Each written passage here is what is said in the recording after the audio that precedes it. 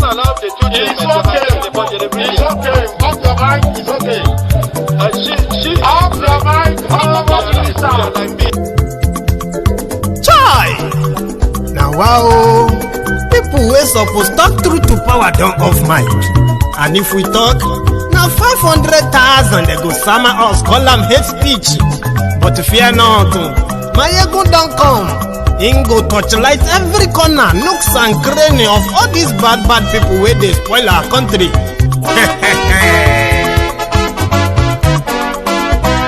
So my people make we laugh, oh yo yo. Maiyegun don't come, oh yo yo. My people make we shout, oh yo yo.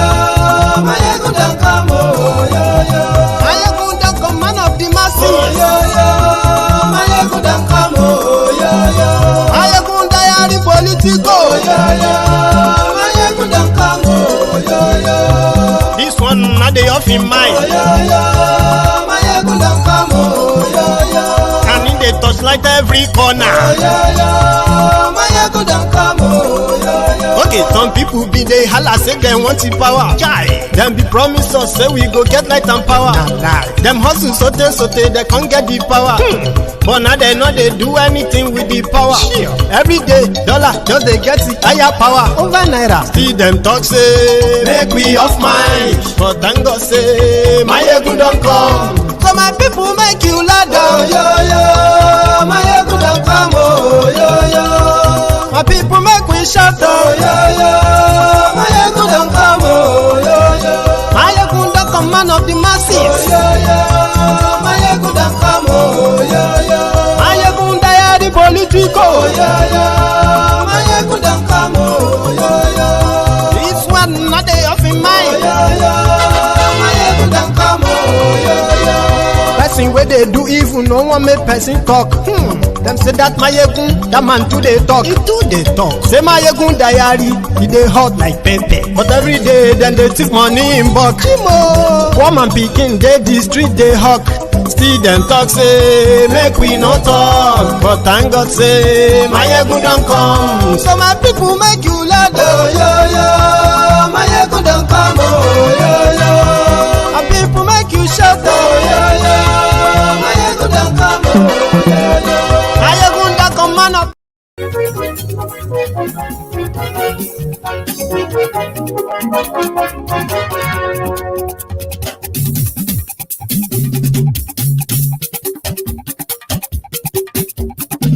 Maiyegun làwa mọ̀ làmọ̀ tó dòdòdò. Maiyegun Diary, Maiyegun Maiyegun. Hello there. Maiyegun Diary, Maiyegun ti dé o, ọ̀rẹ́ ara yìí. Maiyegun Diary, Good morning to you, good afternoon to you, and good evening to you from wherever you are watching from. This is Maiyegun Live. Àṣírí ọ̀jẹ̀lú kì í bò níbẹ̀ o. Maiyegun Diary, bó bá ṣe eré àní Maiyegun máa wí. Maiyegun Diary, ó sì tún ṣe eré wàá gbọ́ níbẹ̀ o. Maiyegun Diary. Please share this broadcast, invite your friends, invite your not so friendly friends and tell them Maiyegun today. As you are doing so, read the caption of the broadcast, read the description as well, and then sit back, relax while we have the charts. Maiyegun today. Àní Maiyegun làwa mọ̀ tó dòdòdò. Maiyegun Diary, Maiyegun number one.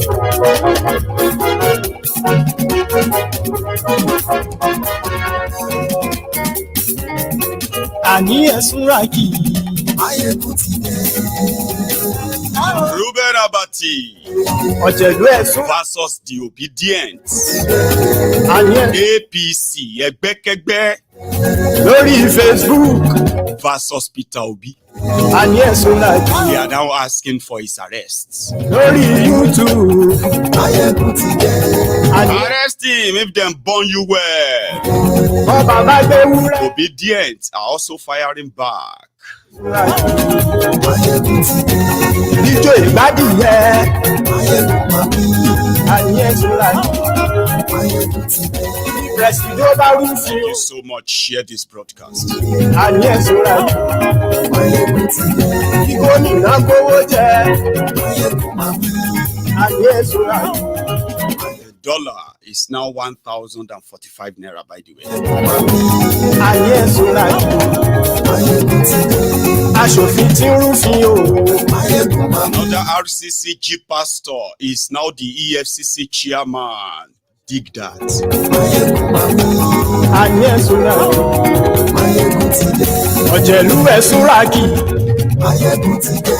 And yes, so We like heard about an organization called Igbo APC. You will hear them tonight.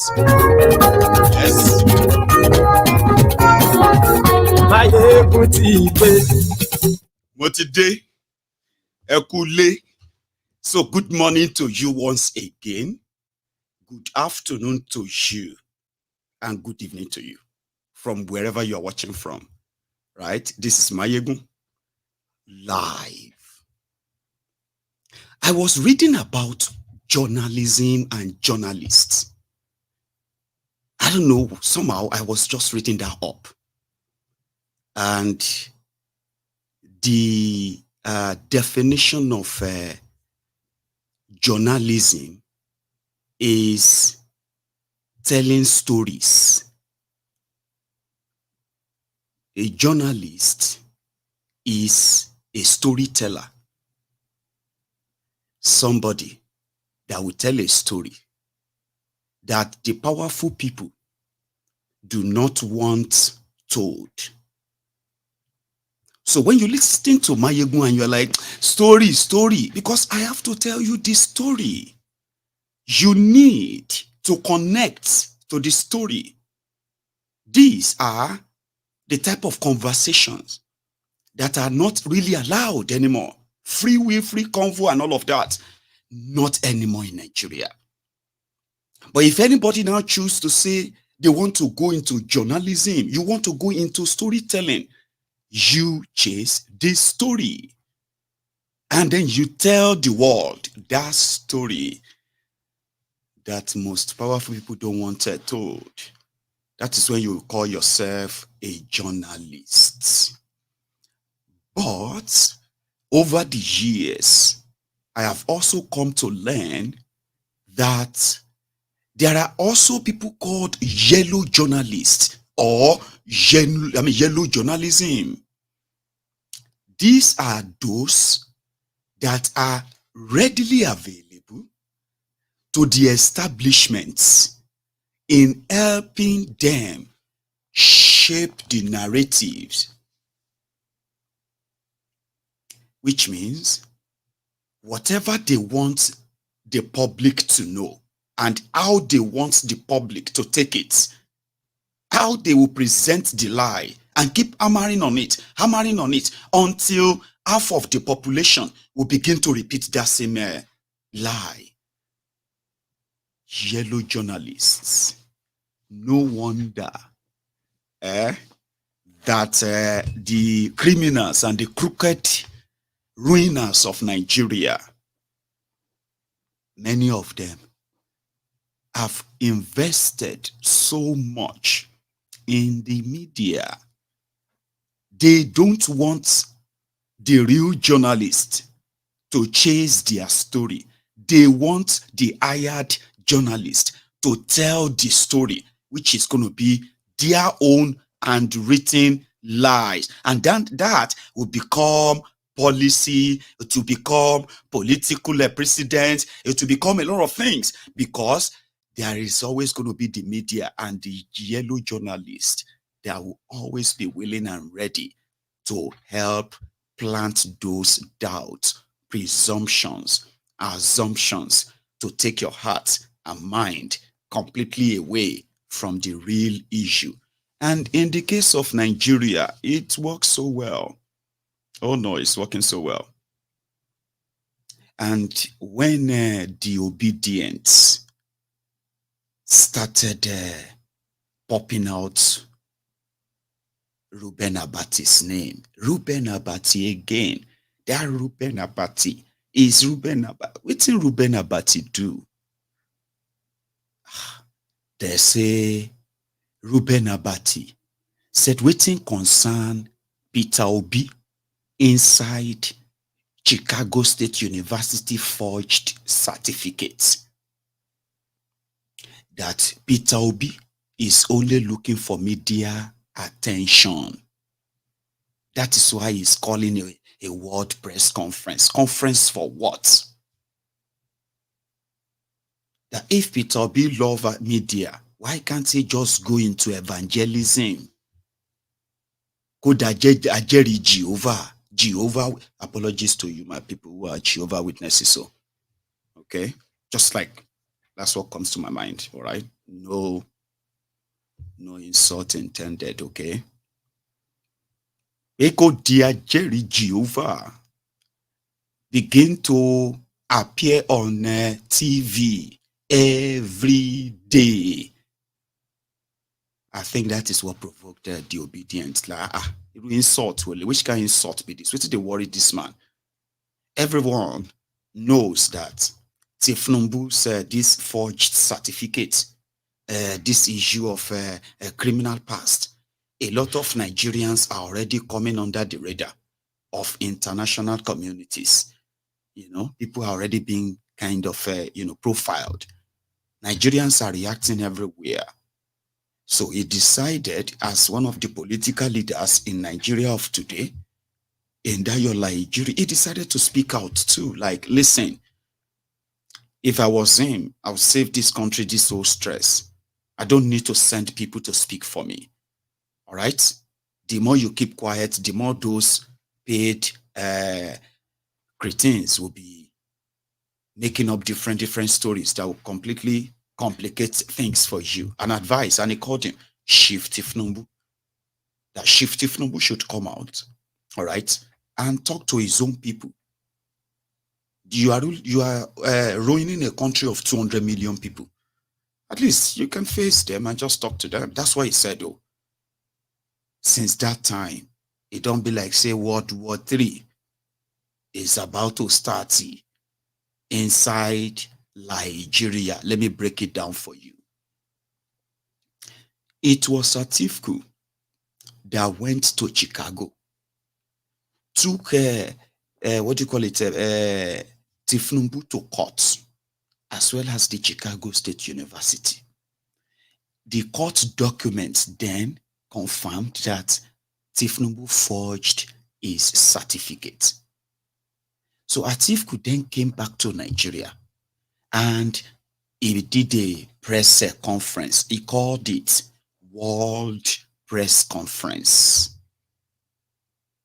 for 4 days. Tifnumbu's presidency did not say a word. They did not say pim. When they were asked, would you like to comment on this? They said, we don't respond to frivolities. It is the Supreme Court of Nigeria that is going to confirm whether Chicago State University issued the certificate or not Chicago State University themselves, because they don't have the right to legally confirm if the certificate is fake or original. It is the Central Bank of Nigeria, Supreme Court of Nigeria that is going to confirm it. So they have nothing to say. Okay, fine. Since then, we don't hear anything from them. About 24 hours or less than 24 hours after Obi saying they do press conference, asking that, make I play you part of it, okay? If he actually says something bad, please tell me, okay? And tell me if it is true that he should just go and join evangelism. Ajinyerere means evangelist. In Yoruba, we call it Ajinyerere. In English language, you call it evangelist. Low. So tell me, if this Peter Obi look like a Baba evangelist, low inside the Itu Baba Ita, you remember that, right? This now waiting cost for Allah be this so. As Chief Bola Ahmed Tinubu's many other lingering identity question marks have further worsened Nigerian less than glorious image internationally. Uninformed outsiders now see every Nigerian as a fraudster, certificate forger, or identity thief. The controversy is unnecessary, just as the implicit global embarrassment could have been avoided. In my opinion, Chief Bola Ahmed Tinubu should have saved the nation and himself this protracted embarrassment and undue anxiety.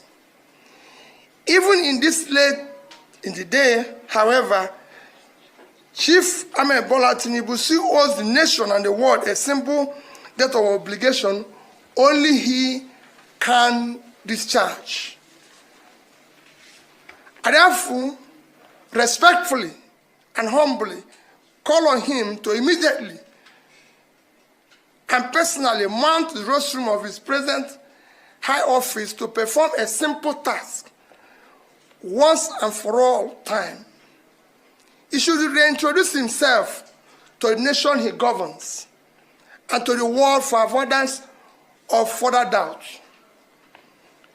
He should let the world know his name, his nationality, his place of birth, his parentage, the primary and secondary school he attended with dates, as well as the actual universities he attended and certificates obtained.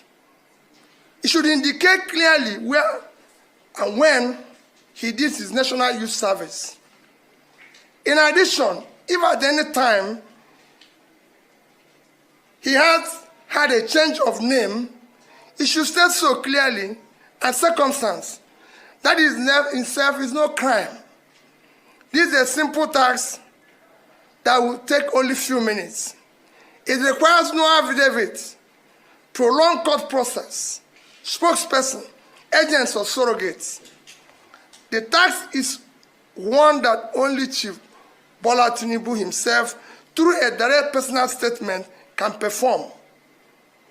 He must perform this task urgently in order to lay to rest, once and for the last time, the many lingering doubts and valid speculation about his true identity. A leader cannot outsource a clear, unambiguous personal statement about his identity to political surrogates, official spokespeople, lawyers, or any other person, no matter how highly placed. A matter of personal identity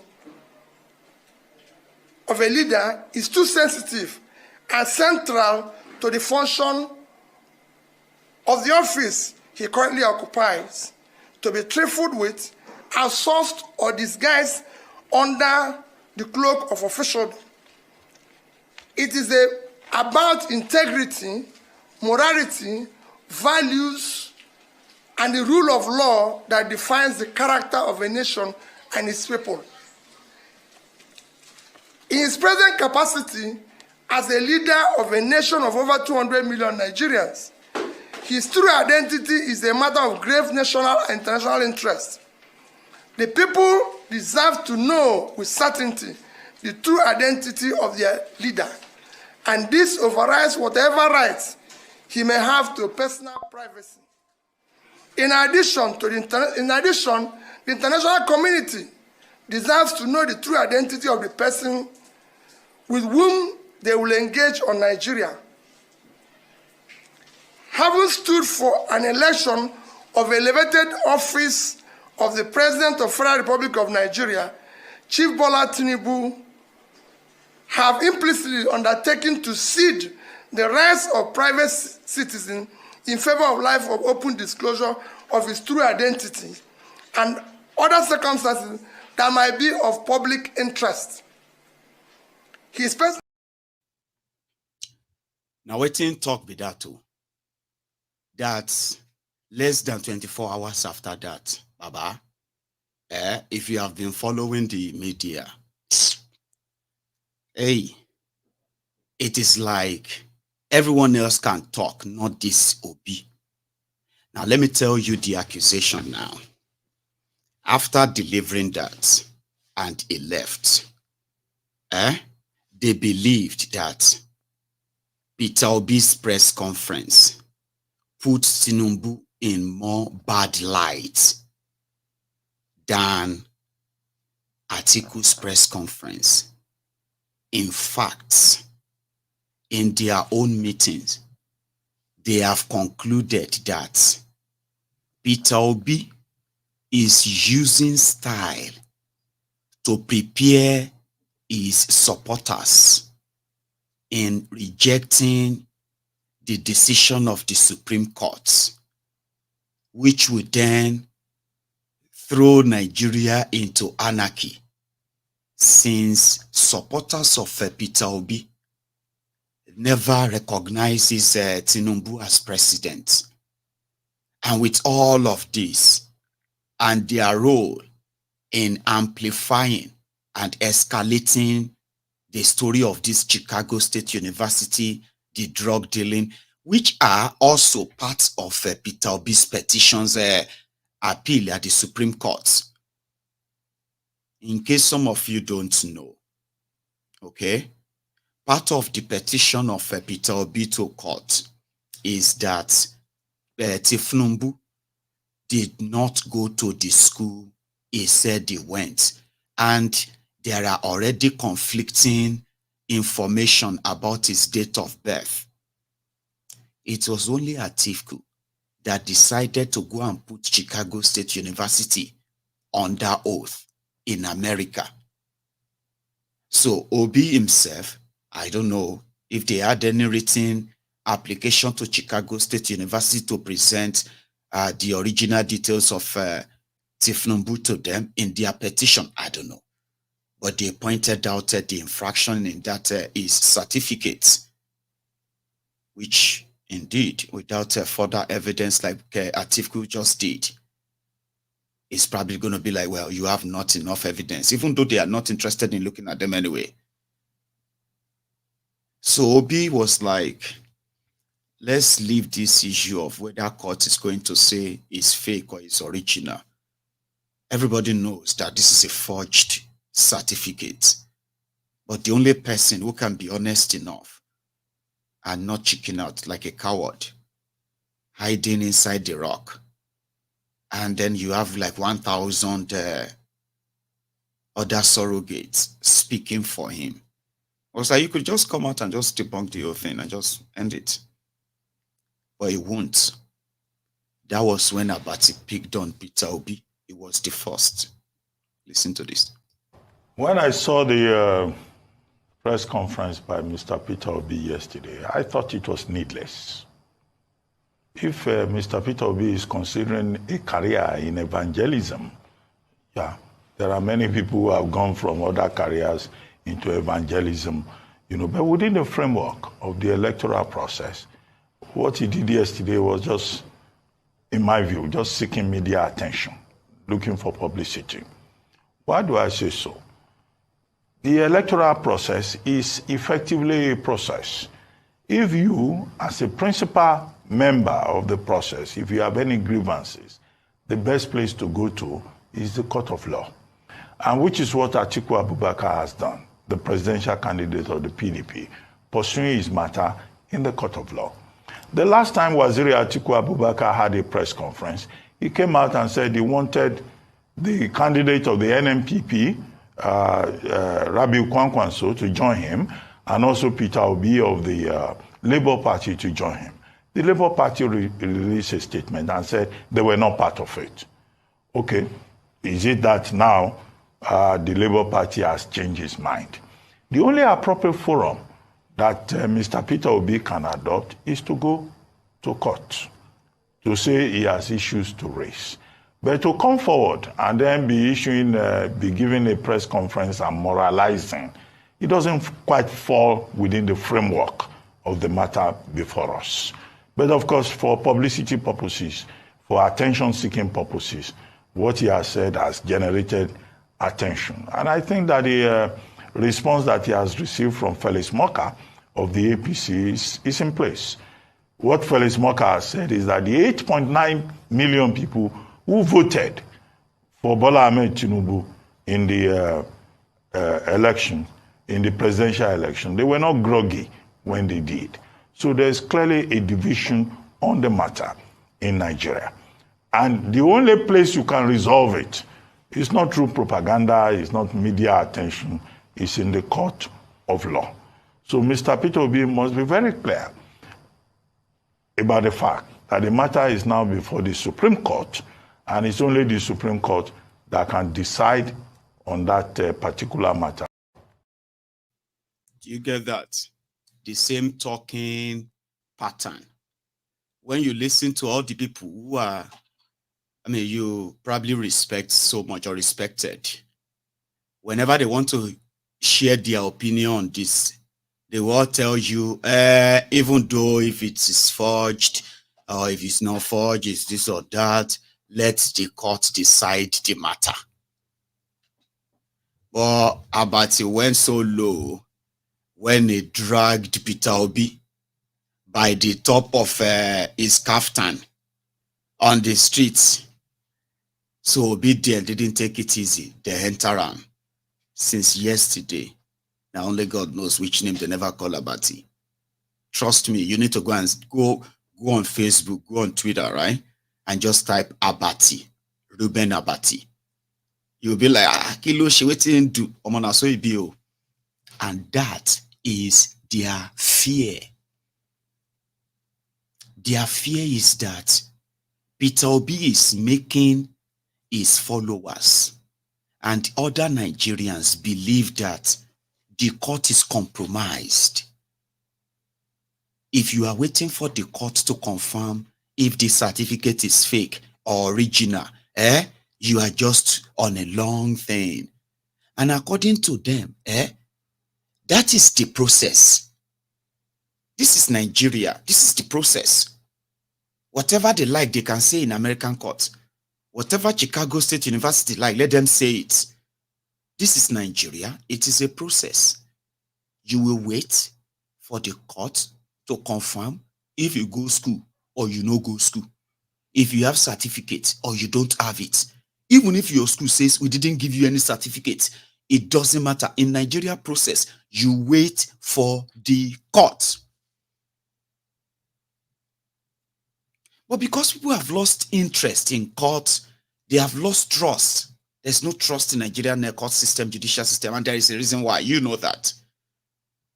So people already preempted the court. Like, the first time we told you, they will not even look at your evidence. They didn't. They just thrown it out.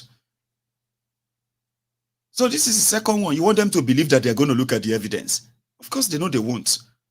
Now, if you don't look at evidence, if you don't review them, if you don't call witnesses, and then you reach your final judgment, and your judgment says there is no evidence, and the court, Supreme Court of Nigeria, bars, there is no evidence that he forged his certificate. So Chicago State University will just be like, well, Nigerian court said he didn't forge it, even though we didn't issue him any certificate. But there's nothing you can do about it anymore. After Supreme Court, who did the court to alone here? Yorubas, we Yorubas will be like, I leave you. You know when you say, I leave you for God, they will say, if the king of this earth fail to judge it right, the king in heaven, which is God, we judge it right. So I leave this in the court of God. Court along. So they go on, they pray for karma and all of that. So Tifnumbu knows that the process is going to vindicate him and clear him of all of this, but they are so worried about the aftermath, post Supreme Court judgment. And in their mind, Peter Obi is preparing a lot of you, millions of you, especially those of you who are in diaspora. that every time Peter Obi comes out to talk about what is wrong with Nigeria, he is trying to act moral. He is trying to act like he's not part of them. You know all that stuff, right? They want to be like, which in their way is a dangerous game. They believe that Peter Obi is playing a dangerous game. And Bashiru, APC, Egbekegbe's secretary, which is secretary to Gandola, was on channels after that same press conference. So listen to him. They were like, it was like, even if he forged the certificates, this time that they are bringing this up, this time that they are doing press conference, Peter Obi and the rest, they know what they are doing. They are preparing people so that once the Supreme Court just do anything, people will just pounce on them. That something needs to be done. Peter Obi should be arrested for treason. Atiku Abubakar should be stripped of it's a GCON. You know, Atiku na former vice president. So any vice president will be given GCON, Grand Commander of the Order of Niger. So anybody that becomes president will become GCFR, Grand Commander of the Federal Republic. GCFR. APC is now saying that the second highest honor given to themselves, these rogues, should be stripped of Atiku. Because what they are doing, it is not Tifnubu that forged certificates that is bringing shame to Nigeria. It is not Tifnubu that is involved in drug trafficking that is bringing shame to Nigeria. It is the people like Atiku and Peter Obi, and people like me, and people like you, and people like many of us that will never let it go, that will never stop talking about it. Every time you are talking about it, you are bringing shame to Nigeria. You are embarrassing Nigeria. You are telling the whole world that Nigeria president is fake. And if you are continuing to say that, you are bringing Nigeria down. Nobody will invest in Nigeria. Nobody will do business with Nigeria. So they are blaming you for calling out a certificate forger, the presidents of Nigeria, Koolu. And therefore, it's going to be treasonable. What I'm doing right now is going to be treasonable. For calling Tifnubu a certificate forger is going to be treasonable. And do you know what treasonable felony means? It means I am planning to overthrow government with the word of my mouth. They are now accusing Obi of the same. They are already working on how they are going to clamp down on many people.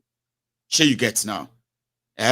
Many of you, due to your activities on social media, they are already working on how they're going to clamp on you. They're going to arrest a lot of you. DSS will pick a lot of you. Many of you who probably have no plan of leaving Nigeria, you're going to find yourself on the road soon. And it's going to be simply because of what you said before, what you are saying now, and then, what they believe you have contributed as one of those they call the cells of obedient. They call it obedient cells. Obedient cells are like those of you they believe that whatever passion you are showing on this issue as a Nigerian, well, how can my president this? How can my kiniko? All your reactions that you are using the emotional of that, they believe that you have been initiated. They believe that a lot of you, unknowingly, you have been recruited to help recruit others that are going to continue to attack Tifnubu and his government, that will continue to deny him legitimacy. And what they need to do right now is to clamp on you, send as many of you away, and then, arrest and kill as many as they can. But somebody said, this is another misfire. It's going to be another misfire from them.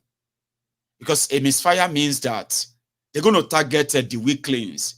Those of you who are in Nigeria, who are still kind of putting up the courage to speak out. You are the weaklings there. The people that is easy to use their illegitimate power on.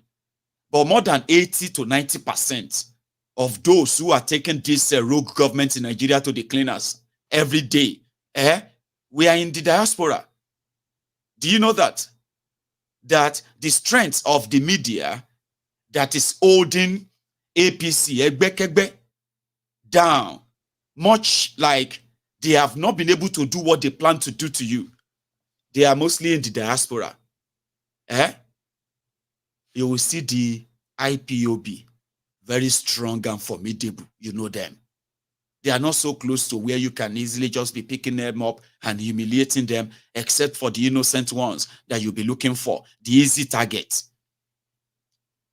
Or if you want to clamp down on those outspoken with the real followers and traffic and reach, we are not in Nigeria. Go and check.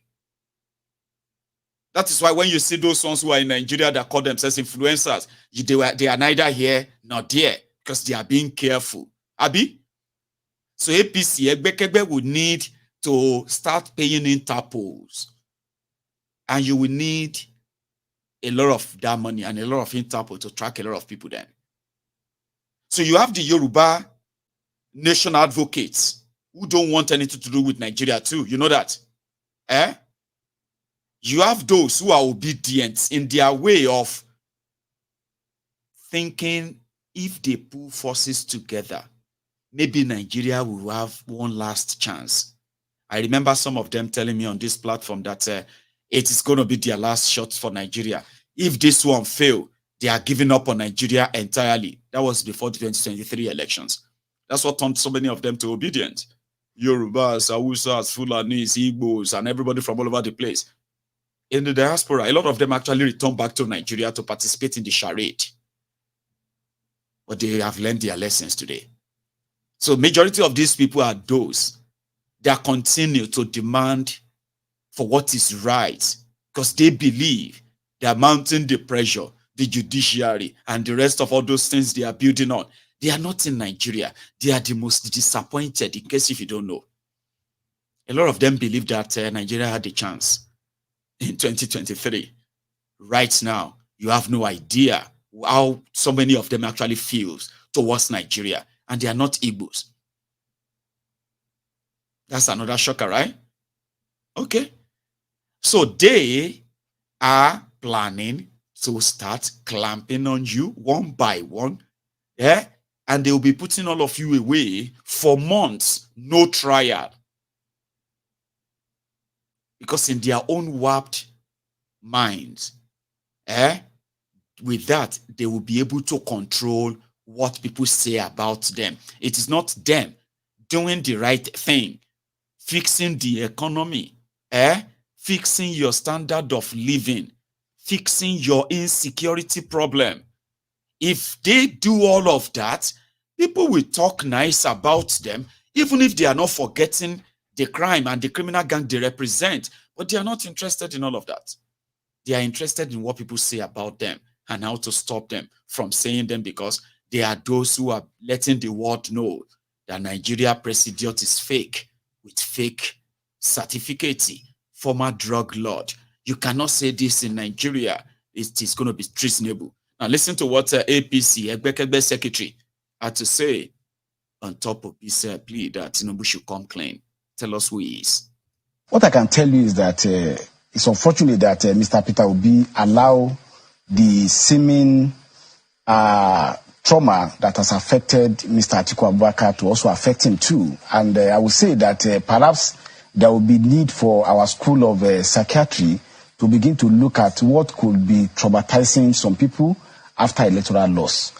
For somebody to spew the kind of rubbish, with respect that I say it advisedly, that Mr. Obi spewing in his press conference today, telling somebody who had been a senator of Federal Government of Nigeria, chairman Senate Committee on Appropriation, somebody who had rose in his professional career to be treasurer of Mobile, somebody who had ruled the most prosperous state in Nigeria, Lagos State, somebody who contested presidential election and won close to 8.9 million votes to be talking about his identity, I think is preposterous. It shows the kind of mentality and the kind of shallowness of the perspective and understanding of Mr. Peter Obi and his co-travelers, particularly Atiku Abubakar or Siddiq Abubakar, whatever we may call him. So you being a senator, a national secretary of the party, you know not to use some words against some high-profile Nigerians who may be offensive. If somebody decides to be offensive to the #1 city of Nigeria, it does not deserve any other words except words. Offensive. Come, if I ask you, Shinwo Kibaloye, as young as you are, and then because you contested an election and won an election, and somebody is saying you should come clean about your identity, it is argumentum ad hominem. That is argument ad absurdum. You are really live to the level of absurdity. You know, they're asking, with respect, I don't like using some expression. The questions are very stupid. Stupid in the sense that in the context on which they're asking that question, they're asking it in the context that they even are the one that want to bring our country to a problem. I don't know whether you have looked at the website of BBC Today. Their team of 3 investigators, they investigated the alleged issue of certificate forgery, and they came with forensic analysis of what transpired in the misadventure of Atiku Abubakar in the CSU. What are the findings? The registrar of the school admitted that Mr. Bola Tinubu, not Miss or Miss Bola Tinubu, attended Chicago State University. For any decent human being, I think that put paid to the issue. There were also evidence from Chicago State University that there were different formats for which diplomas are issued. And as far as the American system of education is concerned, they don't place premium on, what they call diploma, which is corporate certificate. They actually place premium on transcript. And they release also the transcript of Mr. Bola Tinubu. And they also said in testimony under the position that the person they are referring to is none other person than person who is sitting as the president of Right God Nigeria. What does any reasonable individual who is not, afflicted by a malady of electoral loss, will say and come to a conclusion? So if at all there is a doubt, there's controversy, it's self-contrived, ill-motivated, ill-advised, and of course it's a journey just, to continue to lie to their supporter. The election has been won, and lost, and this is the first time in Nigeria, Seun, that people are now talking about election being manipulated. They are not talking about results, being written without any ballot in support of. They think that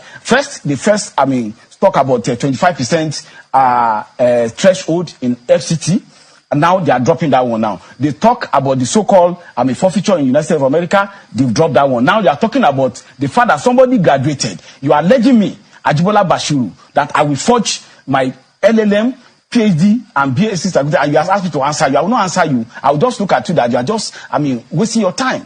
So for him to say, what is he saying today? The president should come and address the country. Somebody who had the mandate of the Nigerian people. I think they are descending into the arena. And I think it is high time that the Attorney General and Federation should begin to look whether their act does not even amount to treason.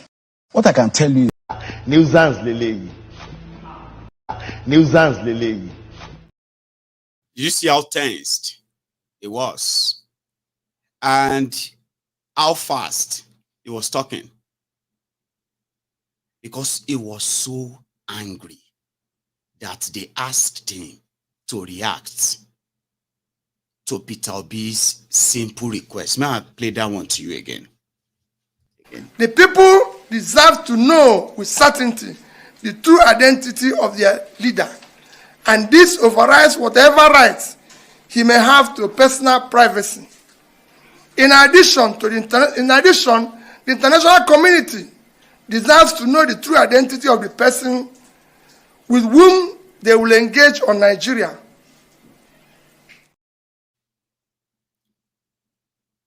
Me, Ajibola, somebody will now be accusing me of forging my certificate of LLB, DAD, GGB, DDV, whatever other useless paper is parading. In that contraption.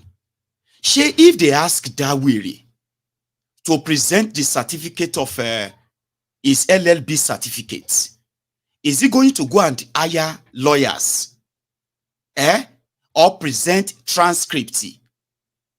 Is he going to go and hire lawyers to stop them from releasing their, those certificates? Would he do so? Do the same thing? He won't. That's why they kept repeating it. The university said they said, he attended their school. They said that, indeed, they gave him a certificate. They don't use certificate. They use transcript and the rest of that. And then they continue to use vulgar language on their national TV. The same language that Dele Farotimi and Kenneth Okonkwo used that riled them. And he concluded, he said, it is high time for the Attorney General of Nigeria to begin to put together 1 and 2 and confirm if Peter Obi and these people are not committing treason. Did you see the way the narrative quickly changed from somebody who forged certificates, presented a fake certificate, a forged certificate, committed perjury, changed his stories many times, and they turned it around to gaslight you for trying to embarrass him. Don't you know that when you embarrass Tifnumbu, you are embarrassing Nigeria? For asking Tifnumbu to come out and talk about this, instead of sending that Shongowiri, it's like you are asking Nigeria to come and explain itself. And in order to quickly go on offensive, so that they don't remain in defensive, they had another group. When Atiku did his own press conference, I did not see Fulani APC group or Hausa APC group, Abi Northeast APC group, Abi Northwest APC group, nothing like that. Like I said, everybody just kept. But when it came to this man from the east, the region whose people have been completely condemned from ever becoming the president of Nigeria, it is unwritten. His only crime is that he said he wanted to be president, an Igbo man. And therefore, the entire establishment, they will gather together and do as much damages as they can. Trust me, including using his own people as well.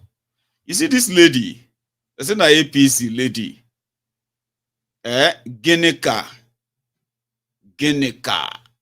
Thor Williams, right? Is from Agu. You know, check him 1 second. I see it. Is from Agu Aniri Oji River Federal Constituency, and I bet that must be in Imo State or so. Abi, she also had to give a press conference of APC Igbo. But I mean, what do you expect? Everybody is trying to play their own role here. 2-3 years later, they will all come back and say, I regret that. Please, my people, forgive me. I did not know what I was doing. Then I'll be another, I don't know, I'm just saying. Here is the Igbo group saying Peter Obi is bringing shame to Nigeria by asking Tifnumbu to identify himself. Listen to this. No. Thank you. His past election, and again, that takes me to today. You know, I had already put up my speech, and suddenly I realized, and I watched my own brother that I respect so much, Peter Obi, who is also a presidential candidate for Labour Party. He came up on a rise this morning to say that our president, a man that is the #1 man of this country, should come out and explain his state. So by now, a man who served 8 years as a governor, you don't know his state, should tell us his background educationally. Is that right? No. What am I trying to say here? It's an insult to Nigeria as a nation for you to call out our president, who was massively supported and elected and confirmed and validated as the president of the Federal Republic of Nigeria, to come and stand before who? To say he's from this state, from this country, from this region, from the locality. Does he owe us that? No. What president owe us now is to take us to our destination of choice. So I'm disappointed in a man that I respect so much, my brother, who stood firm to run for the Igbos. It may not be turned now, but it could come in future. But whatever he does now is going to play out in future. So let us be cautioned, and let all Igbos not be misled by this press interview that our own brother Peter Obi granted their rights. Thank you. On this nuisance lele. It is smoke Igbo. It is taking them. Igbo Kwenu. Have you seen that video where Tifnubu was doing Igbo Kwenu, Kwenu, Kwenu, Kwenu? He said Igbo Kwenu. He said, hey. Igbo Kwenu. He said, hey. Igbo Kwenu, Kwenu, Kwenu, Kwenu, Kwenu, Kwenu, Kwenu. Everybody just burst into a big laughter like, oh, no shit, if Fagbana you. I think it was somewhere in, is it Anambra, Abiboni, no? You remember that video? Some people don't mix it. They don't go push sound inside that video. They do, you know, like, you know, and all those laughing sound, like, like, if not, I will share the video with you. So that is our sister, Adama from Enugu, who was like, Igbos, don't let Peter Obi mislead you. Since the time immemorial, everybody knows that the obedient, they are not just Igbos. In fact, the obedient who are non-Igbos are far, far, far, far, far, far more than the obedient that are Igbos. Something you can call, expectedly, wherever you come from in Nigeria should play a role, right? In when you are running for office or something like that. They know that, if they say obedient are Igbo, Igbo, Igbo, it is a kind of propaganda that they have been doing so well to pass on to you and so many of you. Chai, you believe that. But the available facts have shown that the obedient that are non-Igbos across Nigeria, they far, far, far, far outweigh the entire Igbos that possibly support Peter Obi. Far, far. For example, would you say Abuja is Onitsha? That disobedient, they dethrone the only senator who has been senator of Abuja FCT since 1999. 24 years. You remember him? What's that his name again? Philip Aduda. This obedient, they defeated APC, PDP inside the Aso Rock when Bokwari was president. Bokwari was president. Inside the Aso Villa, they defeated them there. Don't pretend that you don't know. Are you still pretending? Okay. I may not be able to change your mind, but at least the truth. Lies cannot replace the truth. Fictions cannot replace facts. Sure, you know. This Igbo obedient delivered places like Plateau, places like Benue. These are places classed as North Central of Nigeria. This obedient defeated APC PDP in Kaduna. And you all know how the system was rigged against them. Or if they were allowed, like, everybody just go and do one man, one vote, count them, upload them. You know the story will be different today. You know it. But I mean, if not because disobedient self, they are very, very stubborn and strong and persistent in it. By now, una go don't change the entire story of the election. Una go don't rewrite them. To the point that when you now tell people sometimes in the future, I say, this is what happened. They say, I didn't know that happened though. So is that what happened? Is that how it happened? I say, and because these disobedient are very stubborn, they're everywhere, every day. They know they leave everybody. So that they continue to remind themselves what they passed through. And they've lasted for how many months now? Nearly 8 months after the election. This is like over a year now that they've started this the obedient movement.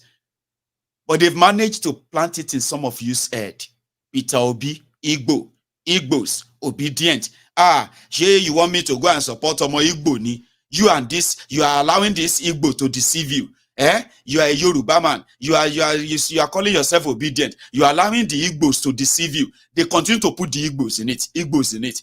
Meanwhile, on these streets, on record, all of us knows that the IPOB, if they should have their pound of flesh on Peter Obi, they will celebrate his loss, because to them, it seems to be using that his privileged position wrongly.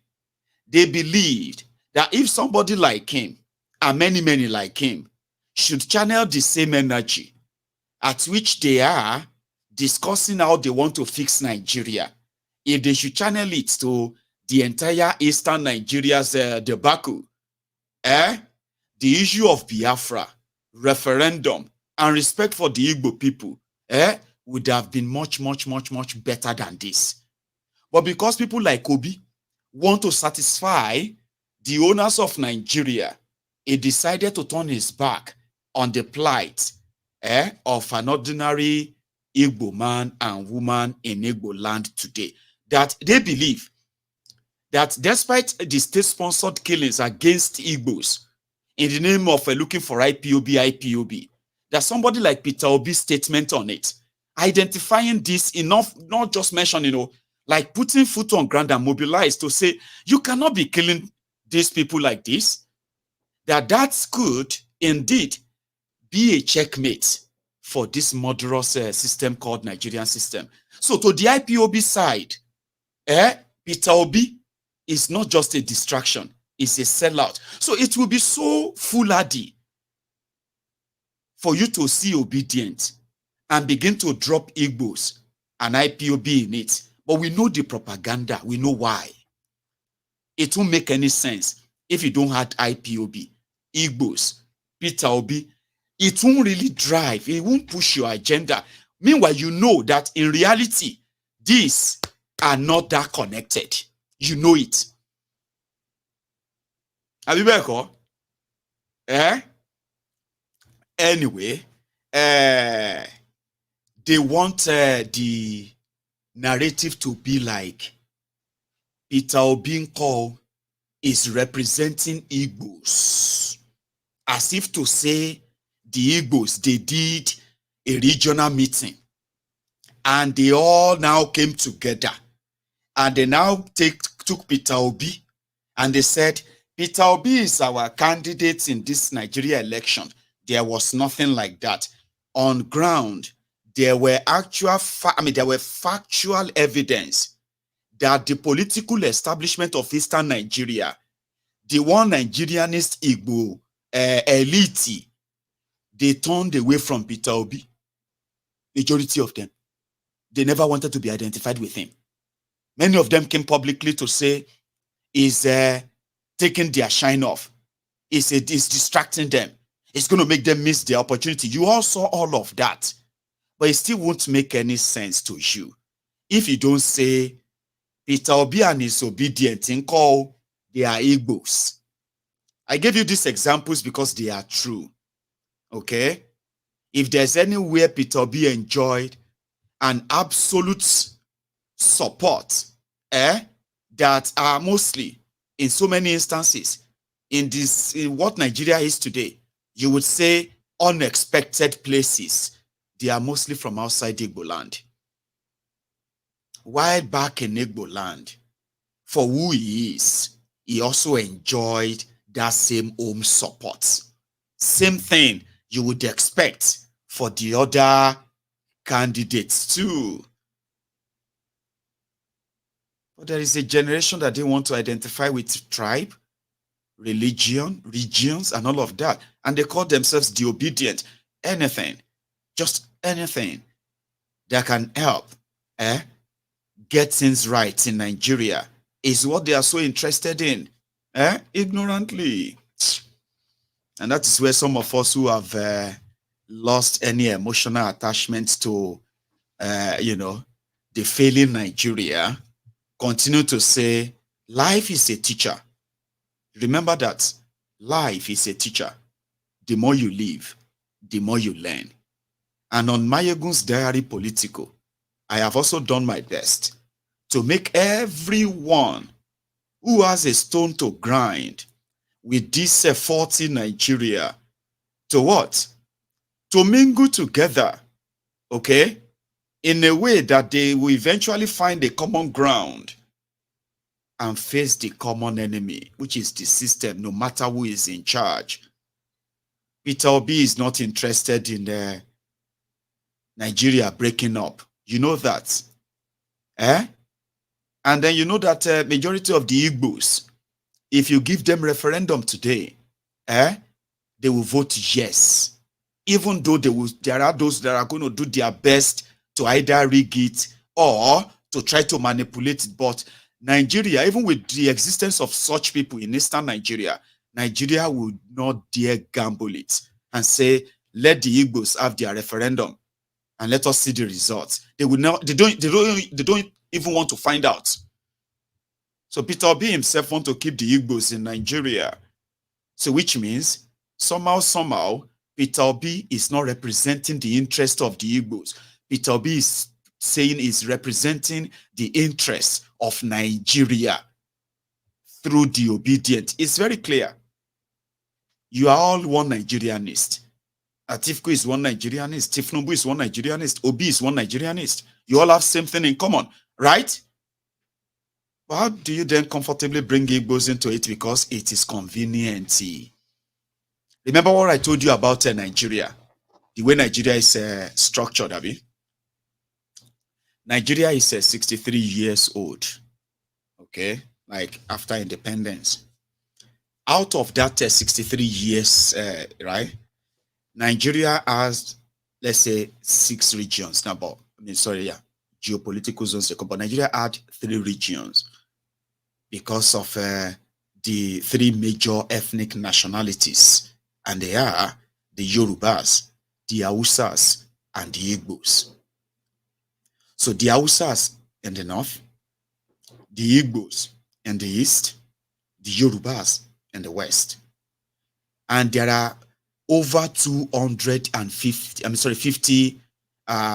ethnic nationalities in the whole space of Nigeria. Now, these are those that are compartmented into regions. Okay?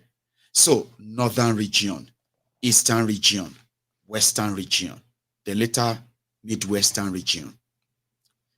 Now, having your own regions means for Nigeria to work, the crafters or the creators of this Nigeria, they now pretended that these regions can rotate power among themselves, which is going to bring equal participation in the nation building, in building the country. Then something happened in 1966 when a failed coup by Kaduna Ezeogu. Now, the beneficiary of that coup was the person who actually stopped the coup, and that was Aguiyi Ironsi. Now, Aguiyi Ironsi made one single mistake, and that mistake was in his own, in their own military, military council of that time, in their own idea of taking control of a breaking apart country due to the killings of the leaders of the country after pre and post independence. So leaving some of these regions with leaderless. However, military have taken over the control of security. So they now what? They now force the entire country back to one. These were 3 independent regions at independence, okay? So 6 years after independence, they forced them together. And they now started ruling Nigeria as a military structure. You know, in military, it is command and obey. Command and obey. You can't do anything on your own without being commanded to do so. Okay? Your GOC, or let me say the GOC of any part of their military hierarchy, right? They can't do anything on their own without the command of those above them, or the command of those above them. So they structured Nigeria that way. They broke Nigeria. Later, they broke Nigeria into what? Into states. So that means every, a powerful center was created. So every other component part became branches of the center. They are not states, they are not regions anymore. They were just like branches. So once the command comes from the center, it goes that way. Before anyone can do anything, they all go to the center for approval. So that structure, that military structure of a thing is what replaced independent regions in Nigeria of 1960 to 1966. But it didn't end there. After Nigeria fought that bitter genocidal war, where 5 million people were starved to death, the Igbos, right? There was now an unwritten code, which was no Igbo man or anyone from the Igbo region or eastern region of Nigeria must be allowed to access power again in Nigeria. It's unwritten. So listen to this. For 63 years, the northern politicians, criminals, I like to call them criminals, the northern criminals have ruled Nigeria for 47 years. Then southern Nigeria have ruled for about 16 years. If not, let me calculate that again. Obasanjo, 11 years. Joe Lantan, 5 years. That is 16 years, right? I think I'm still very much right. I'm a very, very, very terrible person when it comes to arithmetic, okay? It is not my forte. 47 years. And what? 16 years. The result of that country after 63 years of these rulings is that Nigeria is the poverty capital of the world. Okay? Nigerians are either running away from their kidnappers or they are getting married to their kidnappers, living in bondage. Nigeria economy is in shambles. The young Nigerians, over 70% of them are unemployed and unemployable. The country is one of the poorest countries with the poorest people on earth today. 63 years of Nigeria independence. You know something?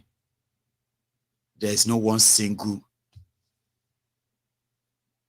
Igbo man or woman in all of those 63 years, not a single one.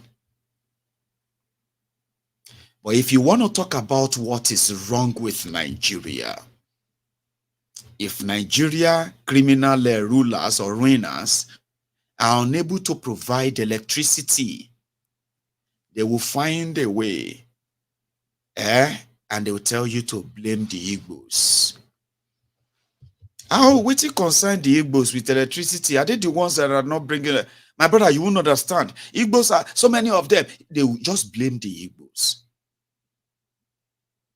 If you look around on what is wrong with Nigeria, and you just probably have no real answer, don't waste your time. Just blame the Igbos.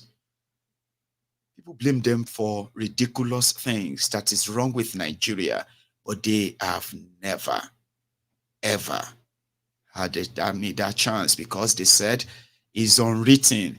Everywhere you go, they will tell you, the Igbos must build bridges if they want to rule Nigeria. The Igbos must learn how to live with other people. The Igbos must learn how to appreciate the country.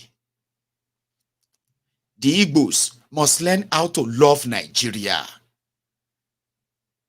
Now only the Igbos get conditioned to rule Nigeria, and that is the only sin of Peter Obi. He was an Igbo man that decided to be president of a crooked Nigeria. So he decided to act like, I'm one of you now. I am not a Biafran. Biafra is gone, this and that. All of that. He denied all of that. And he was like, Nigeria can be better. New Nigeria is possible. Yet, they are telling themselves, we cannot trust the Igbos. 63 years of Nigeria independence. The Igbos are the only people who need to change their character. The Igbos are the only people who need to show that they love Nigeria before they can be allowed to rule. But you see those ones who destroyed Nigeria? They are called honorable men and women, elder statesmen. You don't talk about them anyhow. Okay? Do you know their sacrifices? A lot of them sacrificed for Nigeria. Do you know what they have done for Nigeria? Meanwhile, they've all lived off Nigeria. And what did they give back to Nigeria? Poverty. So when you see any group coming together to come and try to grandstand, they are not new. You don't understand? They are not new. I just want you to please, if they suit into your bias, you should please separate facts from fiction. Because in this instance, right, when everybody's finished fooling themselves, including Tifnumbu and even you watching me right now, everybody will finally come to their senses that you are done fooling yourselves. Okay? Isn't it better for you to just break up the entire thing now? Maybe until the lenders begin to waylay everybody everywhere, because you see those guys who are there, nobody sent you. It is business continua, aluta continua. Business as usual. You can begin to listen to all of the vuvuzelas, the gaslighters. You can wait for their Supreme Court as well to give them a validation and all that. But the truth of the matter is that in real life, these criminals don't give a damn about you. I think it was yesterday. Yeah, yesterday. The Nigeria senators, they've had enough. And they were kind of like, Mr. Senate President, Akpabiole, this is not how to actually do things. So it's like you've decided our final decision even before we all come here to discuss all of these bills. It's like when they pass the whole thing before you even bring them inside this place. Because any small thing like this, just say the eyes have it. Which eyes? Which thing they go on? When it comes to money as well, you just sit down there. You don't even let us talk. You just say, okay, I have it. The eyes have it. You demand in it as a now your future that they share there. Even if this sounds funny to you, these are criminals complaining that now they don't play game or watch this. That is talking about is the 2/3 of senators sitting present. There are few instances like the amendment of the Constitution and some parts requires 2/3. That means the senators, before voting, will be informed that they will vote on a certain matter and they need to be present so that the 2/3 will be achieved. But any decision that comes up like this during the sitting of the Senate, the 2/3 means those that are here. Thank you. Senator, yes, vote is required. It is 2/3 of the Senate of the senators seated. But have we taken consideration of how many senators are seated and how many people have agreed that we say we are 2/3?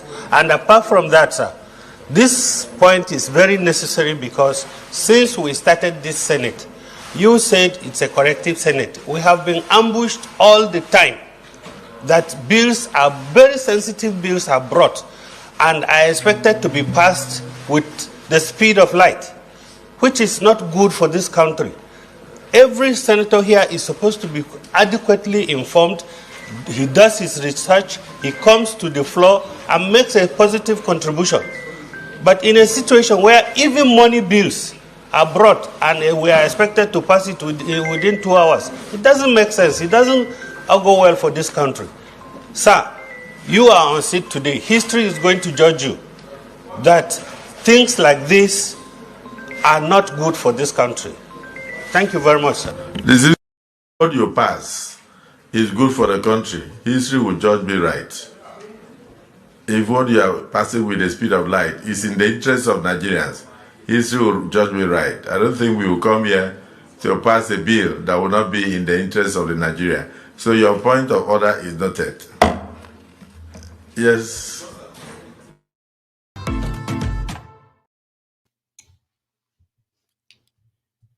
You get, you think say Ahmed Lawan na rubber stamp. They said they've already put a bill before them. That bill is called Social Media Regulation Bill. The one that will give them the right to arrest and jail anybody from any time if you say something that they believe is injurious to them, even if it is true. Sure, you understand? So you're going to wake up one day and they will say, it don't pass. It will be the senators, they will be like, when did we discuss it? When did we pass it? They say, it was that time they sent you to Qatar to go and discuss how to hatch chicken. You know, when you went for the oversight function with Ministry of Agriculture to Qatar. That was when we passed it. But that's not how we do things now. Well, we have done it none here. The president wanted it done right. But the next question is, where is Tinubu? Jokes apart now. Here you get. I know I have told you this before. Okay? That before now I said, what you are going to get is going to be Bokwari Pro Max. Okay? You are never going to see much of him. And once in a while, they are going to be bringing him out like a mannequin to take pictures, to smile, like that. Okay? Just to show to you that he is still alive. For those of you who went through the trauma of disappearing Bokwari, to the point that you had to live with the trauma of a cloned Bokwari, and every day, many platforms, many media, and then local and international, they did their different piece on that Bokwari. At a point, every time people see Bokwari's picture or video, they will go back to the old ones, compare them, and instantly they go tell themselves, this one will be the original one. I don't know original from, but this one is different. Those of you who live through that trauma, it be like say you are about to live through another one, no? And that is that of Koolu. Koolu is a sick chicken. Ojo pagogo. when the wahala and the, what do you call it, the hypertension, that if he lost all of that investment, all of that billions that he wanted to be president, if he should lose all of that money, now that announcement go kill him. That thinking, that tension, heightened his health condition. His health condition deteriorated that it became a public discourse. We saw all of that. They said attention, election tension, election this and that. I said, the man is very sick. But if Bokwari, that they have to change all of his body parts, including his brain. Since Bokwari came back from that surgery in London, where they said, now only God knows how many human beings' parts they joined together to make him. So at some point, if he look fat, they go say, what did they do am again? No. At some point, him go look so thin. They go say, him don't lose weight again, make they carry and go back. Sometimes, when he is talking, he is just opening his mouth. Wherever he's coming out, they are not connecting with his brain to the point that instead of seeing Bokwari, you were seeing Garbage Shehu or Garuba Isiewu. Shore calls him Garuba Isiewu. I kind of love to call him a Garbage Shehu. Garbage in, garbage out. When Garbage Shehu opens his mouth, garbage in, garbage out. His deputy in the place they call the Presidiosity then was Femi Okonu Adesina, pastor Deeper Life, abi pastor Four Square Church. Now, Femi Okonu Adesina that deputized Garbage Shehu. These two became those who are now talking to Nigerians. If you see anything about Bokwari, Bass, Okonu Adesina will throw it back to you, boss. They can't turn on to Bass, goes back. But where was Bokwari? Nobody they see him. It can't be like Orisha. People go Congo, they said they visit him. We saw him yesterday. He was in good health. He was so happy. He was laughing. He was joking. Meanwhile, they don't kidnap all their children everywhere. But they will come and tell you. Then they will show pictures of him laughing. He's alive. Oh, thank God. Thank God he's alive. Even the Buhari idiots, sometimes they will be wondering, where is Bokwari? We have not seen him in the last 2 weeks. We have not seen him in the last 2 months. Where's Bokwari? All of you now will live through that trauma. You are welcome to the pro-max of it. And that is that of Koolu. And ironically, it was the same Ruben Akpati that first asked, where is Tifnumbu? Do you know Tifnumbu has not been in public since he came back from France?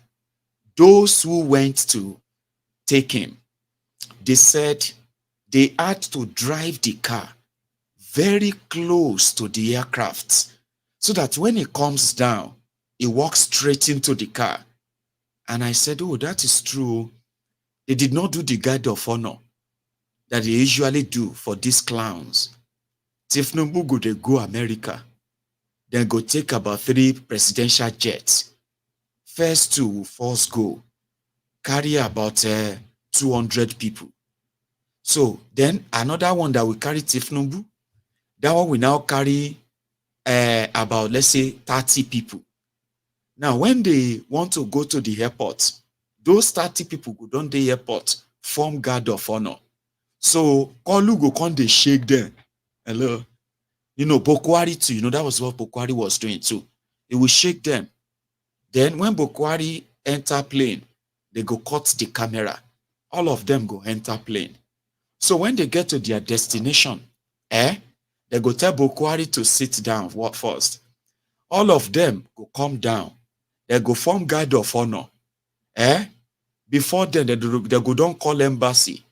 Help us look for any small girl which is not older than 5 years to 7 years. They go bring you the costume. They go come tell Bokwari inside the plane, we're about to roll the camera. When we say action, please walk out of the plane, Mr. President, and there are people waiting to welcome you. Guess those who are waiting to welcome the presidents? The same people they traveled from Nigeria to New York. Same people they traveled from Nigeria to London. It is to give him a sense of you are president.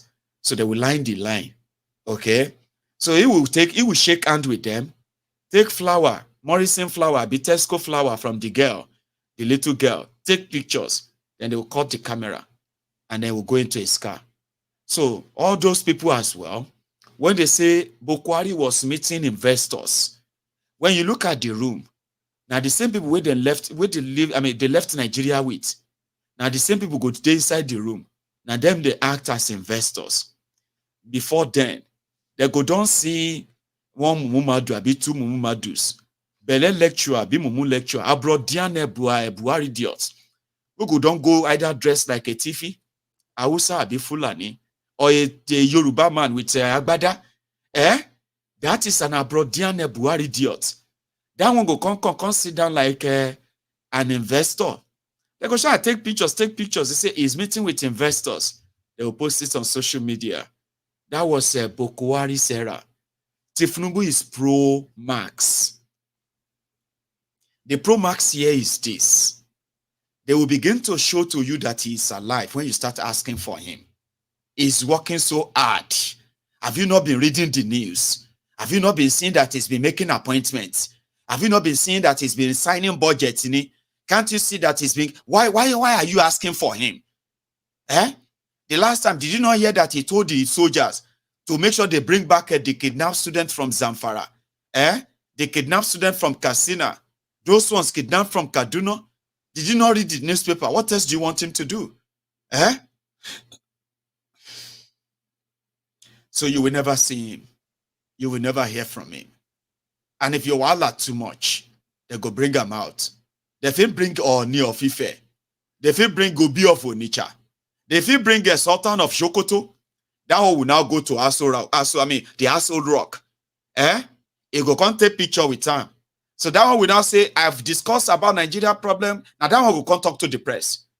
They say Sultan and they met with the president and they discuss about Nigeria issue, the security, the issue of Nigeria. They will just tell you all the nonsense. He no go talk because he know well.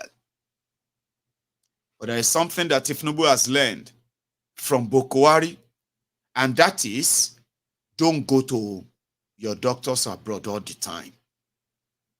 Stay there and bring your doctors to you. Okay? So as they come out removing your expired blood or trying to get you bone supply. Is there something called bone marrow supplement? Supplements. No, your supplement. There's something that that they will take. They say there is this sickness. It's like saying when person they shake, like Koolu like that. So if you are a very rich man, they will go and find the bone of young people, like a bone of a teenager, bone stem. Washiri. I trust my people. Bone stem. But the description, I'm going to describe it for you, okay? The bone stem is like bone stem. So they go command say if you kill chicken, chicken, the chicken lap. No, not chicken lap. Or goofy lap. You know that goat, if you kill goat, and you can't cut the goat into bones with the meat. And as you can't finish the meat like that, like the one that is properly boiled, well cooked, abi, like that. Then you look at this bone, you see the middle. You're like, your bone self get on, my bone get on. If to say people they chop people, there are some people that they will be like, if you see the bone marrow, where did this person bone like this big bone? A lot of us would have been the real delicacy. Baba menu recipe ni. Say they see some of us where they say we big. Those of us will be say gets flesh for body. They could say that one. Give me that one, we get fat for body. I go use that one cook vegetable because of the fat. I don't like to use oil. You know that the way you choose your hair, there is operation like that they use for people. We be say instead of them to just go to the old people's home and die like that, wait and die their old age. Or people like Tifnubu, they have to change a lot of things like that. So they go put them inside syringe like that. They will now drill out the one from his body, pull them out, put that fresh one, like that of a 7-8 years old or teenager, somebody who is still young, so that he go help his immune system and his system. You know what I mean? Like kind of to still manage. Science is very difficult. That's why people like us are not a scientist. Instead of me to become a scientist, like that one, bone marrow scientist, I decided to become a political scientist. Go and check it if you study political science, because politics is science. So politics is science. I won't go to that one today, but go and read about it. Go and Google it. Politics is science. Science in you. Because if you are going to be able to speak and talk and deceive millions of people to believe in your lies and ready to die for that your lie, Baba, science in you. So, but this one now human science. It's not political science. Even though I'm also a scientist, but I'm not a political scientist. But you shall get the drift, Sabi. So instead of going to France to get all of that changed, that they will be pulling things out of his body, pumping them back and changing this and pumping them back and checking this and all of that, they just brought them to Nigeria for him. Just brought them to Nigeria. It doesn't have to go, but it needs bed rest. It needs to rest properly. And that is why you haven't seen Tifnumbu. Now they will be presenting him to you to show to you that he's still alive. Sure you get. They may even make short videos like 10 seconds video, 25 seconds video. You understand? And things like that. While the attack dogs, the paid propagandists, those ones are going to be ready to fight with you naked in public. If you ask them anything about him, they are ready to fight you, bite you. Hey, kilo mean? He says, sorry, where is Tinumbu? Where is your father?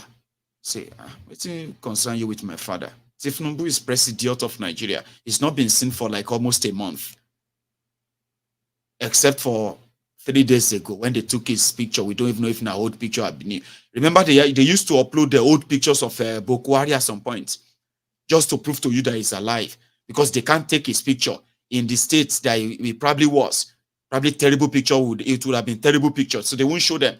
They will be uploading different old pictures. Blessed they don't start them with Tifnumbu. And she uploaded 3 pictures, 4 pictures 2 days ago, just to show to you that he's alive. But some people said he's not well. Not be me, I believe them. The only other thing that I'm concerned about, however, is that in the middle of all of this, has anybody cited President Tinubu? Because we saw him, the last time we saw him was when he returned, for the October 1 independence anniversary. And we saw him at the ceremony celebrating Nigeria 63 at the forecourt of the villa. Since then, I have not, maybe I'm missing something here. There has been no council meeting. The president has not attended to some other urgent things. The NDDC board has not been sworn in. The ministers, the 3 ministers that were cleared by the Senate, we have not had any further news. I mean, we have not seen the president, receiving visitors, having activities within the villa.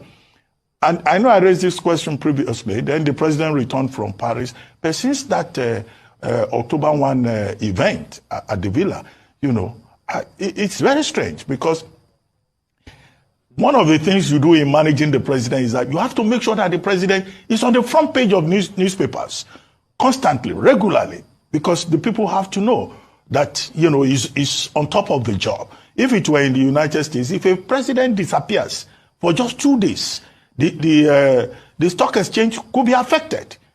I mean, there's a whole book on this. One American president disappeared for just about 3 days, you know, to go and remove a tooth on high sea, and they were covering it up. They didn't want people to know. It became an issue. A journalist got wind of it, and it became a big story, leading to a book. I don't immediately remember the title, but you know, that is the story. I think that book is "The President is Sick" or something, you know. But in any case, we would like to see our president stay on top of the job. Most of the other assignments, he's been the vice president that has been showing up here and there. And nuisance lele, nuisance lele, nuisance lele. Abati. Even though he's right, but he's still a nuisance. Double speak, double mouth. If any obedient goes on TV and says, wait, for nearly a month now, they haven't seen Tifnumbu. He hasn't called any fake meeting, the weekly meetings that they normally do. They've actually not called that one for the past 3 weeks. They've not really seen him to even swear in. The minister that he nominated and declared. That's true. They are not seeing him say something in the last 3 weeks, except for the recorded interview. Recorded the broadcast on October 1. Or if any other person says that, it's the same party that will say the president doesn't need to be on the newspaper all the time. He has people working for him. He has a spokesperson. He has this. He has his media team. He's already making an appointment. He can, the same party. That's why it's like double speak. But, speculation. People will be like, Koolu is sick. Koolu is sick. I actually miss him. I miss Koolu. The other one. That one. I think na statistic we go chop.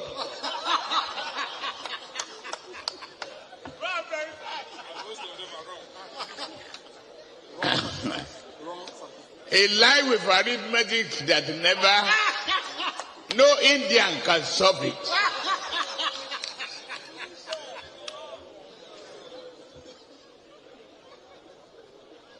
To mention his name is a disgrace to myself.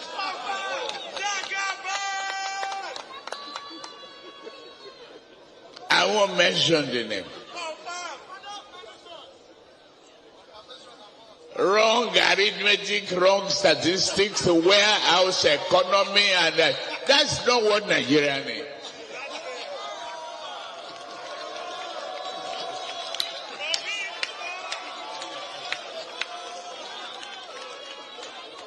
It is smoke Igbo. It is take Indian. So, warehouse economy. Now, statistics, you go shop. And Festus Otobo, Abi fraudsters Otobo Keyamo was laughing like an imbe. It is so fake that I'm like, what kind of, fooling is this, for God's sake?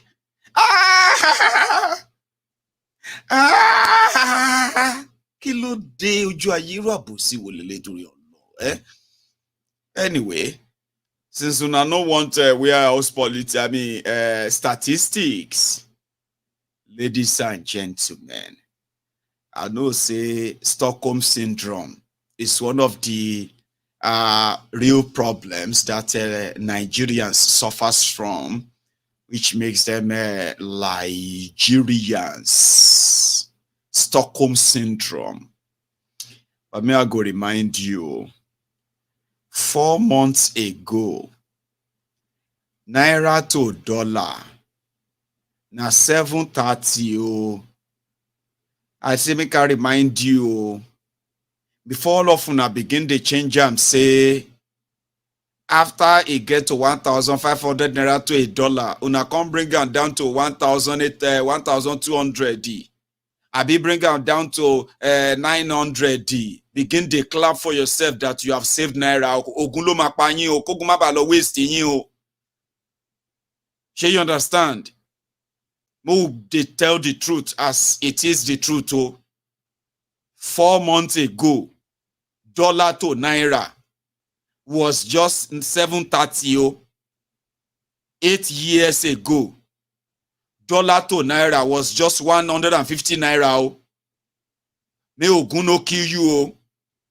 So that in 5 months, I want you to know that if Numbu and the World Bank economics, not warehouse economy, has added extra 400, okay, extra 300 naira in 5 months.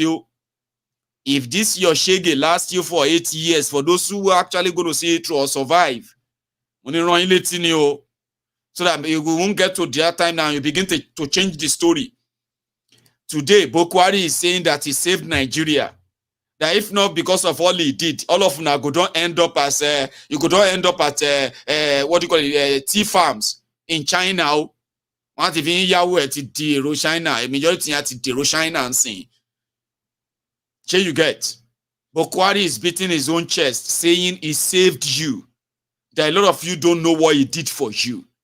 He took Nigeria from $13 billion debt to over $150 billion debt today. Bokwari depleted Nigerian foreign reserve from over 33 billion US dollars. They don't empty them to just about $2 billion. So giant of Africa or giant of Africa. That same Bokwari is saying if not for him, all of them go don't end up in Cuba. Kelomashishe ni oko okparon. Abi oko ireke. You saw those oko ireke, that are those slave people, whether they, you shall know what I'm saying, Abi. Now, today, you didn't know that Chege Pro Max was on his way. So many of you are beginning to think that Bokwari was like even better now. In 5 months, I just thought I should tell you, Mr. Strategist Tifnumbu, that didn't want to share his strategy with anybody. It be like say strategists don't kill him now. Shori shege ti e ma ri omo iya mi. Mi o mo nkan to n go through nsin o. I have no idea what it is like for you. You are a very strong person, and I always call every one of you. I don't care where you belong to, whether you are APC or where, I don't care anymore, okay? When I look at all of you in Nigeria, Omo Yami, MVP, Niyo, most valuable player, Niyo, a strong gidigoni, but you may not understand, though, and I'm not mocking you. Whatever you are going through right now, I don't know what you have been through, my brother, okay? But it is not going to be in any way close to Nkoti Uju Eshimari. Shogbo Yoba, I'll say it in English too. Go through right now. Shongbo, or to go through. The ones that you will tell people and say, my brother, if I tell you my story, you will cry for me. If you know what I am going through, I can't tell you everything. You know, a situation, some of you have the situation whereby your situation has gotten so tough that they have to recommend counseling. They recommended a therapist for some people. It actually happened to my friend. This my friend was doing fine. Nigeria happened to him, but he was a very strong person. Well, you know, strong man. About some point you go break. I have been there. Anointing. This particular one happened to my friend. Okay? And what was that? When Nigeria finally happened to him, we started thinking that, let's say this our guy, don't they run mad? Sometimes he'll be talking to himself. Sometimes he'll be talking to some, and he'll be having a proper conversation. Egbawa now. Adeti Yawirisha. Ha. Some people were saying that we should take him to church. So they were recommending different powerful pastors and all of that. But it was one person, one of us, who said, listen, guys, it seems this is depression. Adeti in depression. Depression care. Ade is a very strong person. If you are looking for somebody who is very strong will-minded, Ade is a very textbook example. Ade can take anything. He will be the one to even be encouraging you that don't give up. Keep it together. It's not the end of the world. They said we should see a therapist. Ade therapist, book appointments. They said 3 hours appointment a week. Now, just 45 minutes into the first session, 45 minutes of 3-hour session, Ade was just introducing himself and just few of things that he's been to. He hasn't started his story because it was going to be a very long session until Ade will begin to recover. Baba, 45 minutes into the whole thing, Ade, they cry. Therapists, they cry.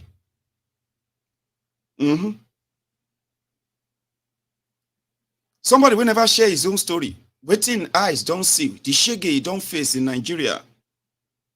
By the time he was telling his story, now they beg therapists to stop crying. It's okay. It's okay.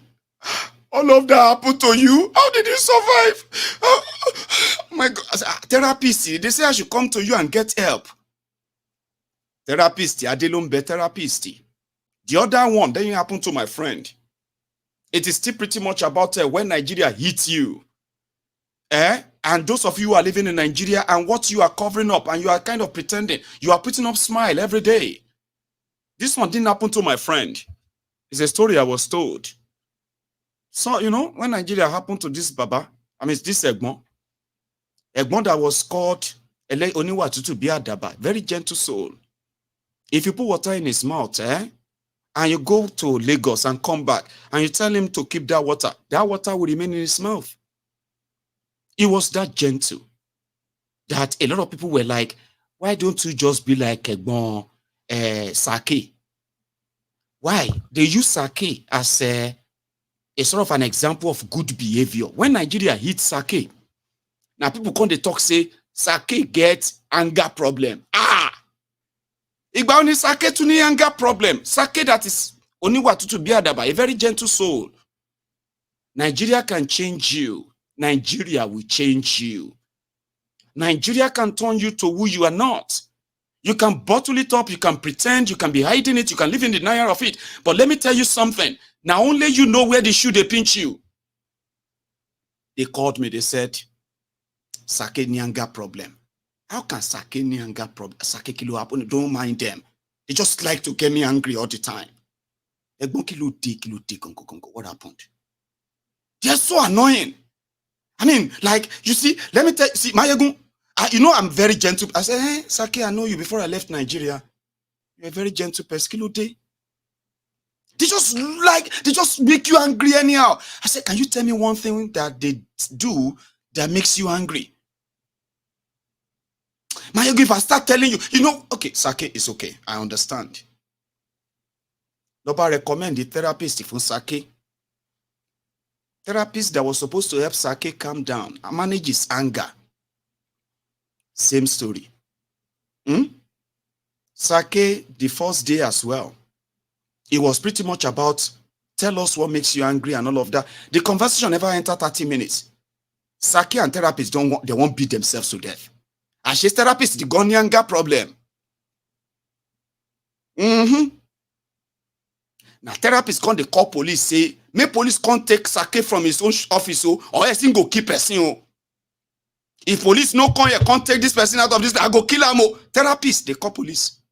I'm just saying, that is what Nigeria can turn you into. It can turn you to an angry person, an animal, and the rest of that if you continue to help them hide the obvious. You are the victim. But whatever it is right now, ladies and gentlemen, go through. but it will never be compared to what you are about to go through. Whatever it is you've been through, the one you are about to eat under Koolu, Oma Dabi Igba to jẹ́ pé you dey play Mario, Shaman play Mario. Luigi ati Mario and Luigi. You know that game? Sorry, I'm old school. Sorry, I don't know any recent game I can use to compare, especially for some of you who are like a Gen Z. Sorry, I'm old school. Okay? But I bet you have seen Mario. Now, that was the famous game, and Sega, Mortal Kombat. But I wasn't interested in Mortal Kombat, but I was more interested in Mario. Surely Mario, it has a song. Nebe lo makusi, boya lo madele, nebe lo makusi, boya lo madele. Now, as you are going on and moving, if you will be facing obstacle, and you'll be escaping them, jumping the obstacle, escaping the pit, jumping this and that, and then once you arrive at your own, once the Mario arrive at his own building, it will be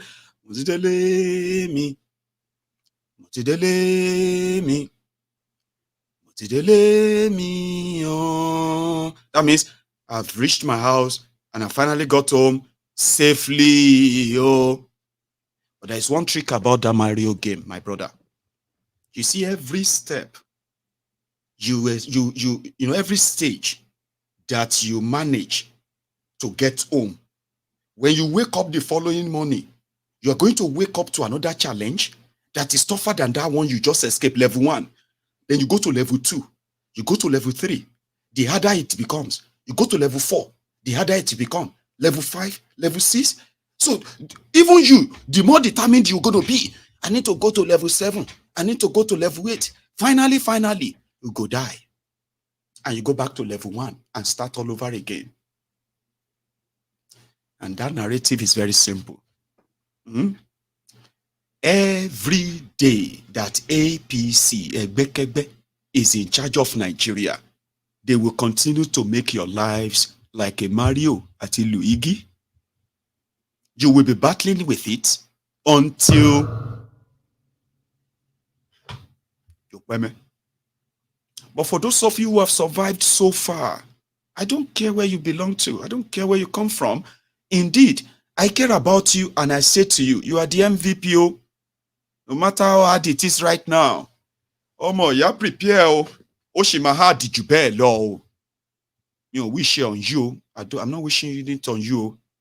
I'm trying to let you see where you are headed. Now, if you don't want to be there, one day, you will kill the dragon. That is always an achievement in that Mario game too, I need to tell you. Because at some point, you're going to see the dragon. You're going to face the dragon. You're going to say, okay, kill me. The dragon will be firing. You will be dodging. You will be hiding. And until you will remove the ladder from the dragon, and that's it. Until you are able to face that dragon, which is the establishment. It doesn't matter who is there. As much as you all have your biases to kind of massage for now, you will come back here tomorrow and then you will realize that these criminals are never going to change if you don't change them. Abomireo, for tonight, I'm going to pop us on a short hold. Go make myself another cup of tea, right? But before then,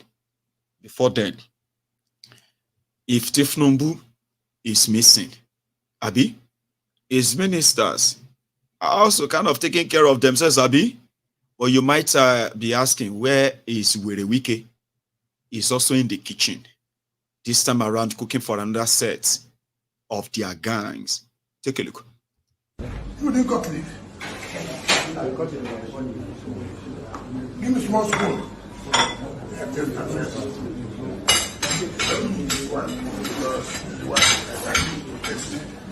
For this. Give me some water.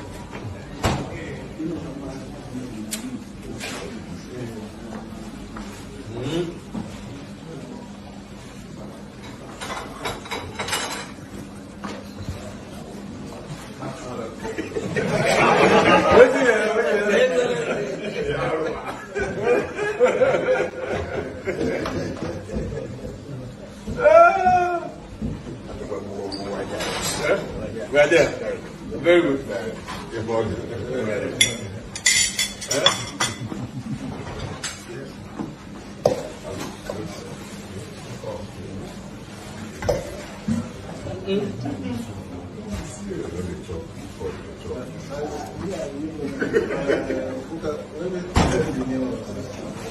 What's the name?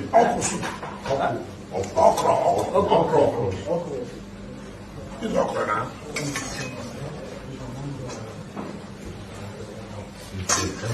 Everything's inside. Everything. Food and everything. How? For the stew.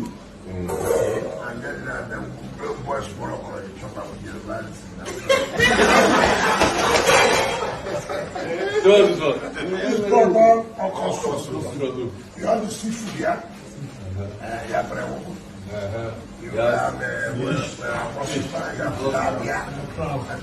crab. You have smells not seafood. But then we have stockfish, crayfish.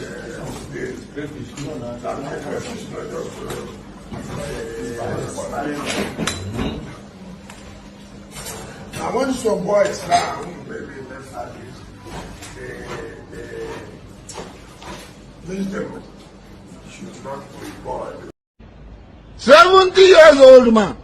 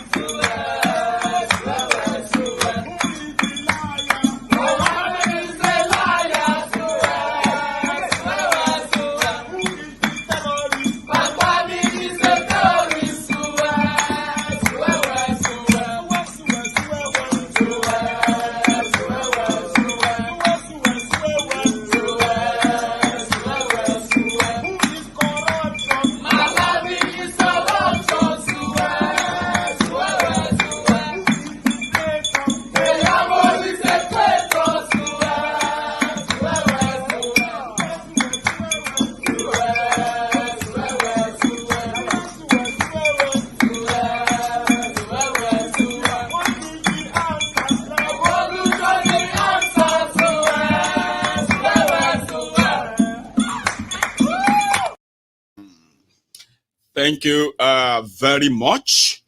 I received this from, citizen nobody.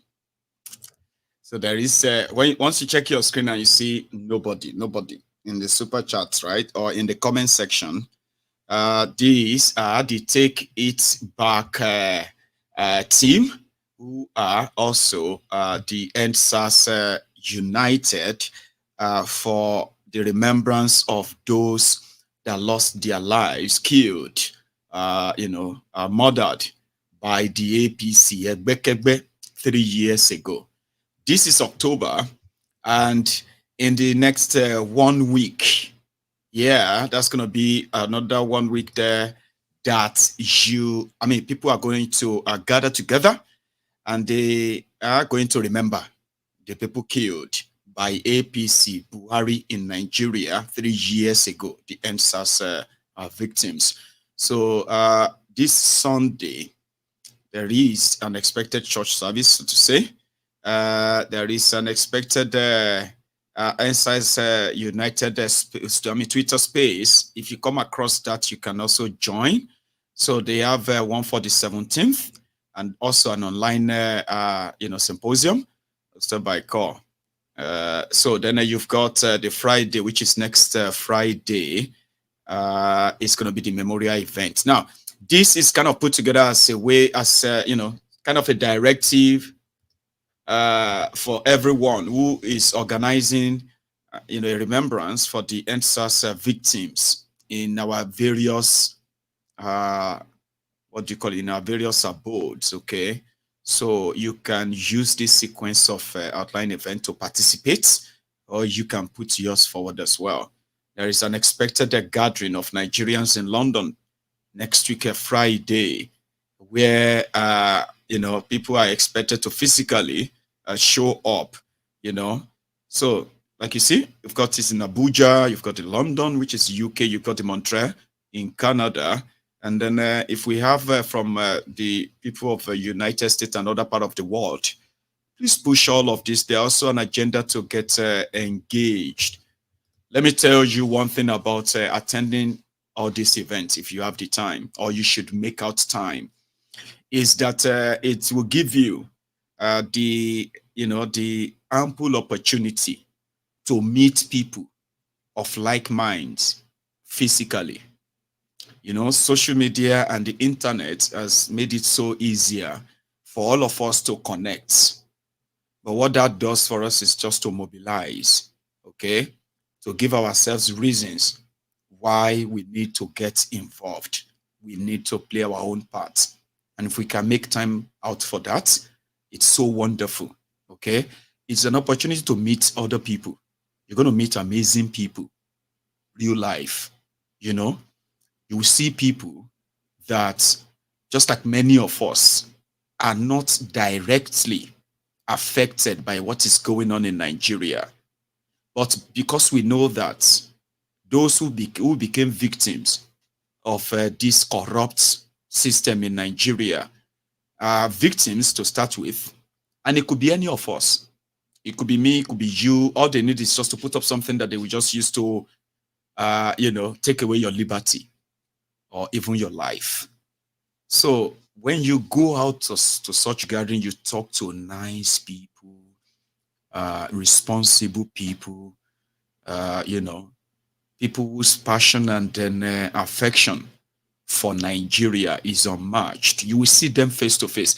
Then you are also going to meet them when they will tell you how they really feel towards the development in Nigeria. It is an avenue of, it's so good, it's so lovely. I've been there a few times, and I'm expected to also be there on Friday. So even though I have been advised to avoid the public for now, unfortunately, there are other events that has been lined up as well for me. But trust me, if you happen to be in that gathering, you would be grateful that you kind of attend them. I've been there. All right. So we encourage ourselves and our people who have the time in any part of the world. Just ask, look around for organizers, okay? And, as we are all thinking of a possible global movement, kind of. Now, if you want a global movement, you must also be ready to be physically involved, okay? Physically involved means we are not just, on air and then, different parts of the world. So if you have that chance, please use them, and we'll always be grateful to you, okay? It's just a few hours outing, all right?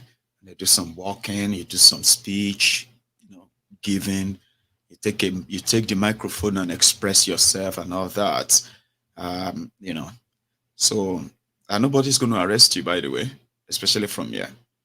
And then back in Nigeria as well, like I said, those of you who have really put up a lot of fight and you continue to do so, we all sort of appreciate you, and we know your dilemma and your weak point too.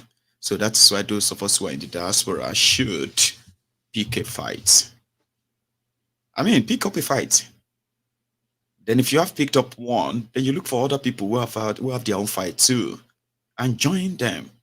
And you realize that you have a lot in common with so many other people. And you might actually be the missing link, the one that they also need to keep going. So that's why you need to sort of show up. Right, I opened the line, but it seems that I am also having problems with that line. So which is going to unfortunately cut us off. So I'm going to still try to see if I could get it connected. Okay, it's connected, but it's not connected directly to the studio. I'm missing that and losing that connection. And this may not really go well. Okay, but let's try one. I have a call that is coming through. Give me a sec. So I'm going to take a few calls tonight, okay? So you have a chance of calling in, and hopefully the line will let us. And if it doesn't, we'll kind of end it early. Hello? Hello? Hello, sir. Wow, Mr. Maiyegun, Amigo. Baba. Is that Jide? No. This is Wale from Abata.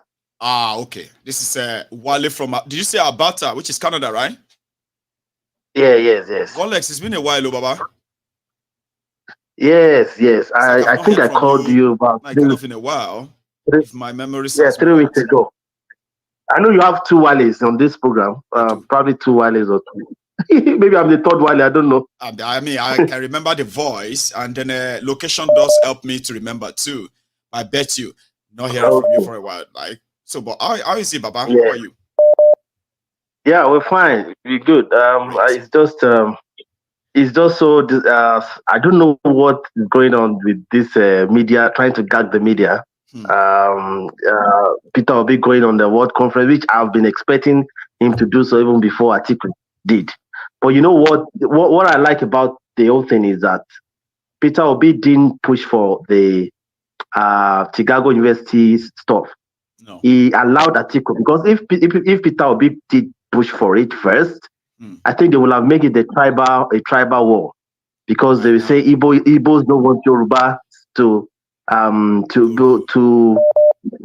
rule. Because if you notice what is going on now, I saw a video circulating where the Igbos are saying that they are in their uniform. They are saying that if they don't release Nnamdi Kanu, they are going to go on the street. They're going to cause problem. And the reason why, because Sunday Igboho has been released, as I heard, I don't know if the information is true, but that he has been released from the government of Benin Republic. So what they did was that you can continue your journey now. We won't stop you. Okay. And then they went on. But I feel, Mr. Maiyegun, I feel, you know what I feel? I feel that these people, why now that the Tinubu matter is very hot, that they have to release Sunday Igboho, because we have been fighting for this Sunday Igboho since July. Yes, it's almost 2 years. But why now? Are they trying to do a kind of a bait or on Igboho? I don't understand. Or they're trying to distract us from what is going on. They should let us know. We are not for. You know why I like your program? We have not been. All what you have been doing is been you have been neutral. You've not been too like your tribal program. If not, people have been saying, okay, Sunday Igboho is now released. Okay, now Nnamdi Kanu. They're supposed to release both of them but they decided not to release both of them. But now using his name to say we're going to create more problems and all of that. Yes. Yes, and before you know it, it will become tribal problem. People will forget about the certificate. I think that's what they're trying to create now. I mean, they are dragging it there. They believe that Peter Obi saying that Tinubu should come and identify himself is like Peter Obi saying Tinubu is fake for you, which is true. Yeah. So now saying Peter Obi, when Peter Obi says he's fake, that means they believe that Peter Obi is reminding Nigerians never to accept anything else. Than to say, no, Tinubu is forged and all of that. And in their way, they believe he's appealing to his base for what is still to happen. and they are worried. Yes, because FBI is still coming with their own this thing to information. So it's going to be a long story. It's going to be a long dragging. The dragging is not going to stop. So I don't know. We just don't know how long it's going to take them before they turn it to Igbo versus Yoruba, like you said, because they are going to. Yes, that's what I'm looking at. That's what is going to happen at the end. But people that are smart in the diaspora, we understand that they can't distract us. We know that this man is an alien. He's just I don't know. We just have to let him go. Alex, I'll take another one. It's really good to hear from you. All right, thank you very much. You have a good one, Baba. Yeah, nice one. Yeah, so it is a very good observation. If you have been following the event, okay, it is believed in some corners that the release of Oloye Sunday Igbo from Benin Republic and now in Germany has something to do with Tifnumbu, but I don't have any details or anything, right? I can tell you, if they released him because they want him to stop talking about Yoruba nation or what have you, they probably have made a mistake, because he won't stop talking about that Yoruba nation and all that, right? However, there are those who have been convinced enough that this whole thing is already kind of skewed. I won't entertain that here, so that I'm not going to keep planting that doubt in your minds.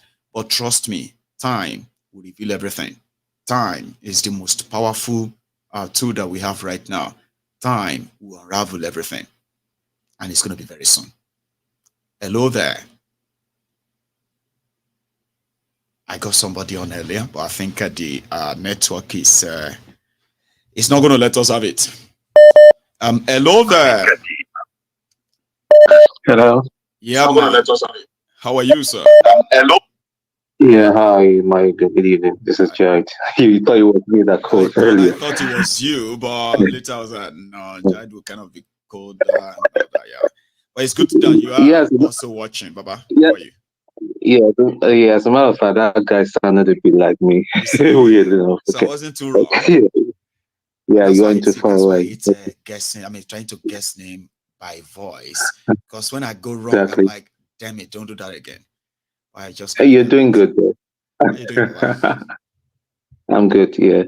Right. Where do I start? By the way, you saw the stuff I sent you. Have you gone through? I checked them. Yeah, I did. Yeah, that's a guy they're using in the UK. They all meet about 3 a.m. like in their court. About 2:30 and 3 a.m. they meet like witches, all of them, and pathetic things they're just saying. Anyway, that's by the way. Yeah, I wanted to comment about Nnamdi Kanu, because people believe that now is the time for Nnamdi Kanu to be released. He is not going to release it. See, the man is already having headache, migraine as it is. If he should release Nnamdi Kanu, Nnamdi Kanu is not a man that you guard. Man, I mean, he's so fired up like never before. They are going to see Nnamdi Kanu Pro Max. He's going to give them migraine to the power of 100. So he's just holding him and all that, but he should just understand that nothing should happen to that man. Because if anything happens to him, what he doesn't bargain for, will happen. Now, Peter Obi, I'm quite happy whoever advised him to do that press conference, because they thought he was a chicken like them. He was a coward like them. I believe it was a statement of intent to tell them that, listen, you guys can do your worst. This is me. This is my certificate. This is where I am coming from. I've got a history. You show your history. You are the people that have been talking all this while. You show your history. See all of them, they're just talking. Look at all the Nikon pump that's been coming out. The one that calls himself LLM. LLM. The secretary, APC secretary. Start digging into those people. These are the people that cheated even during exams, that bribed their way in law school, cheated during exams. Most of them have got dodgy and checkered history behind them. Most of them, they are all. That's why you see all of them. They are all shaking in their pants and all that, because it reminds them of what they've done too in the past. So the only solution is just to remind everybody, I remind soldiers that are hearing this, the only solution is these people needs to be chased out violently. Bible says that the kingdom of God suffereth violence, and the violent taken it by force. We need to be violent to take it by force, because they're already grooming their children. Very soon, Tinubu will not be around in the next 10 years. I know that for sure. Like I know myself. I'm not wishing him that, but he has already, signed his death sentence. He's not going to be around for so long. He's now grooming Sheyi to take over the fraud from him. But it's not going to happen. We're not going to let that happen. They're all grooming their children right now, and they are really. They are so triggered that exactly. They fear Tinubu. They fear Obi's supporters. That they believe that if those supporters were unleashed on Nigeria, it will create anarchy. Yeah? We are everywhere. By the way, I don't know whether you're aware of this. There's this thing being signed to the BBC to report those petition, three right? petition to report those three clowns so that they will be released. So he said they use scientific process to determine that Tinubu certificate is original. Those three clowns will use scientific process. Was it called scientific process or something? He's an illiterate. I mean, I don't know what night school that he went to, just like Tinubu. Maybe Tinubu went to a night school. That's the thing. They are all liars, and tissues of lie. Even if the FBI should come up with their facts, they are still going to twist it and argue. The only thing that they will understand, right? See, yes. If FBI now drop 500 documents and we begin to ruminate through them, are these people really ready for what that means? Or they will just have to shut the internet in Nigeria so that people will not sign? Let me tell you what. Can I tell you the reason why he has a big army? He has a big army, but it's going to be so they will have enough things to, maybe for each person they will assign 10 pages for them to clean. Maybe that's why he's having a very big army of conspirators. Yeah, they will do everything. As for that woman from Enugu State, there are a lot of them. They've lost their conscience. Igbo people call them a fulefu. They've lost their conscience. I mean, people that are Losho and all that came into politics and all that. Even the one that calls herself better and all that. What kind of doctor she is? She put doctor in her name. Even if you check that one's background, you see they are checkered. Abati.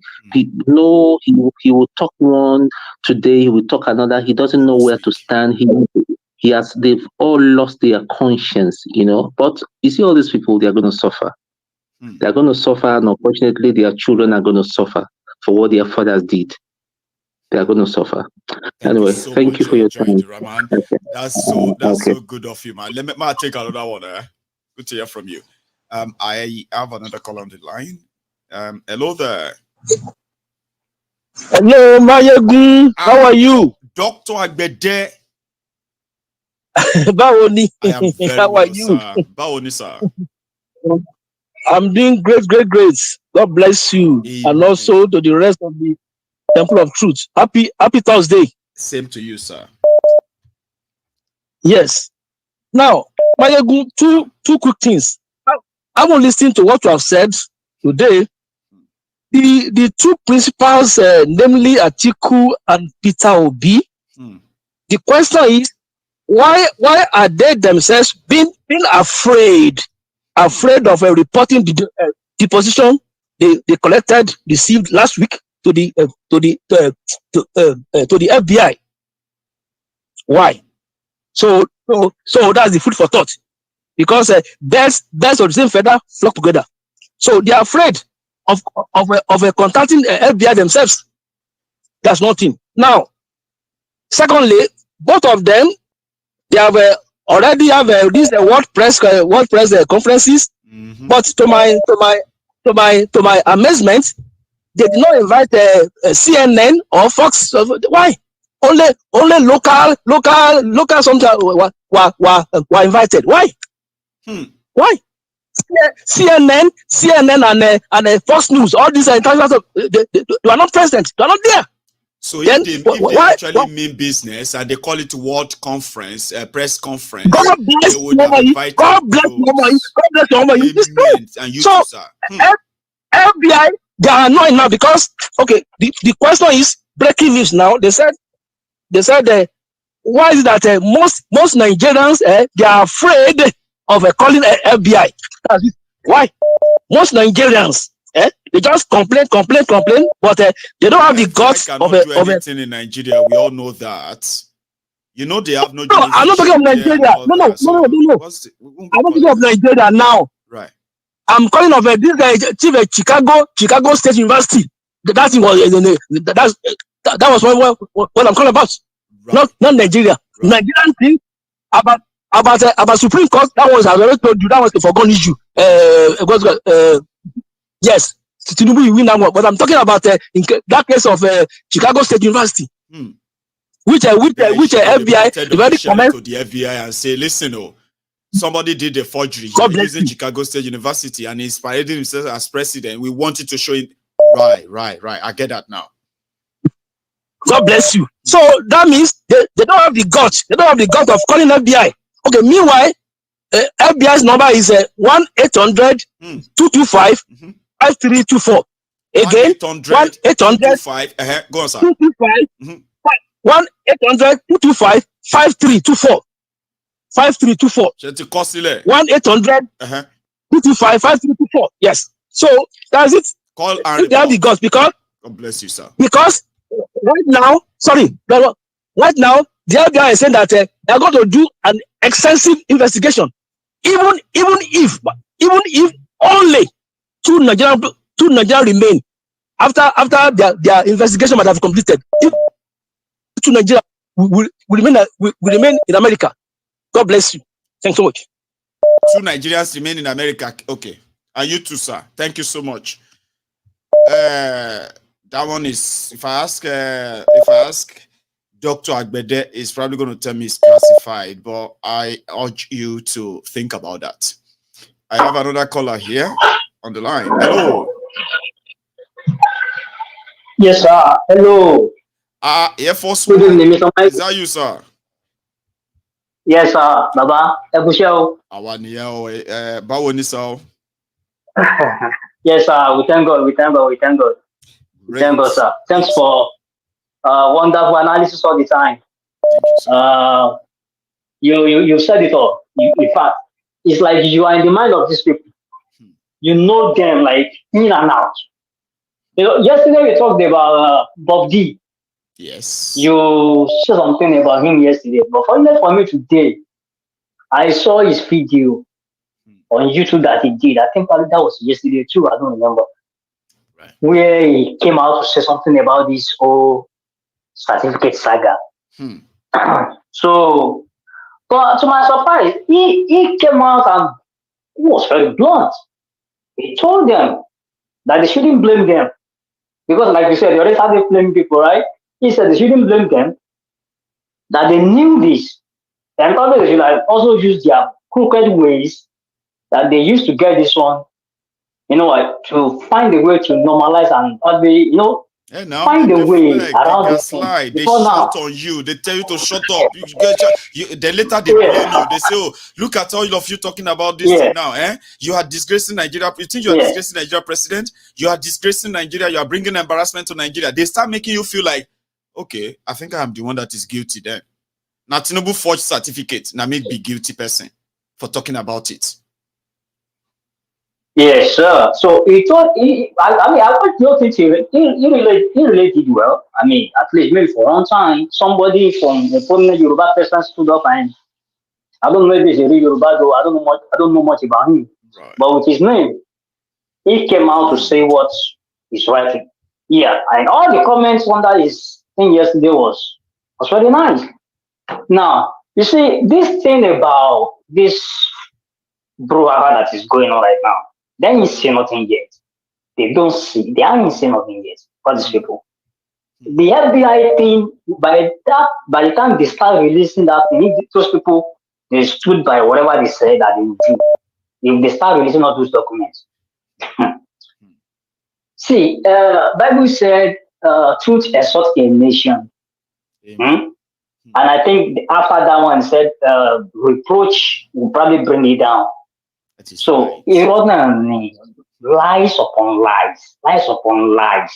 It will, everything will eventually crumble. There's one they can do. That's right. This one they put their legs into. This one, in fact, Tinubu generation. Remember the last time I called, I said, "Oju ma cheating to I'm telling you, yeah."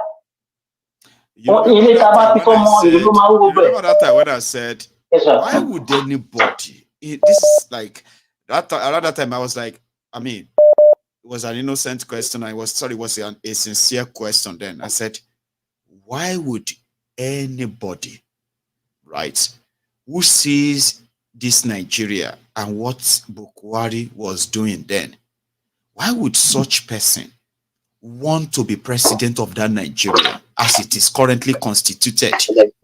Why? It is not worth it.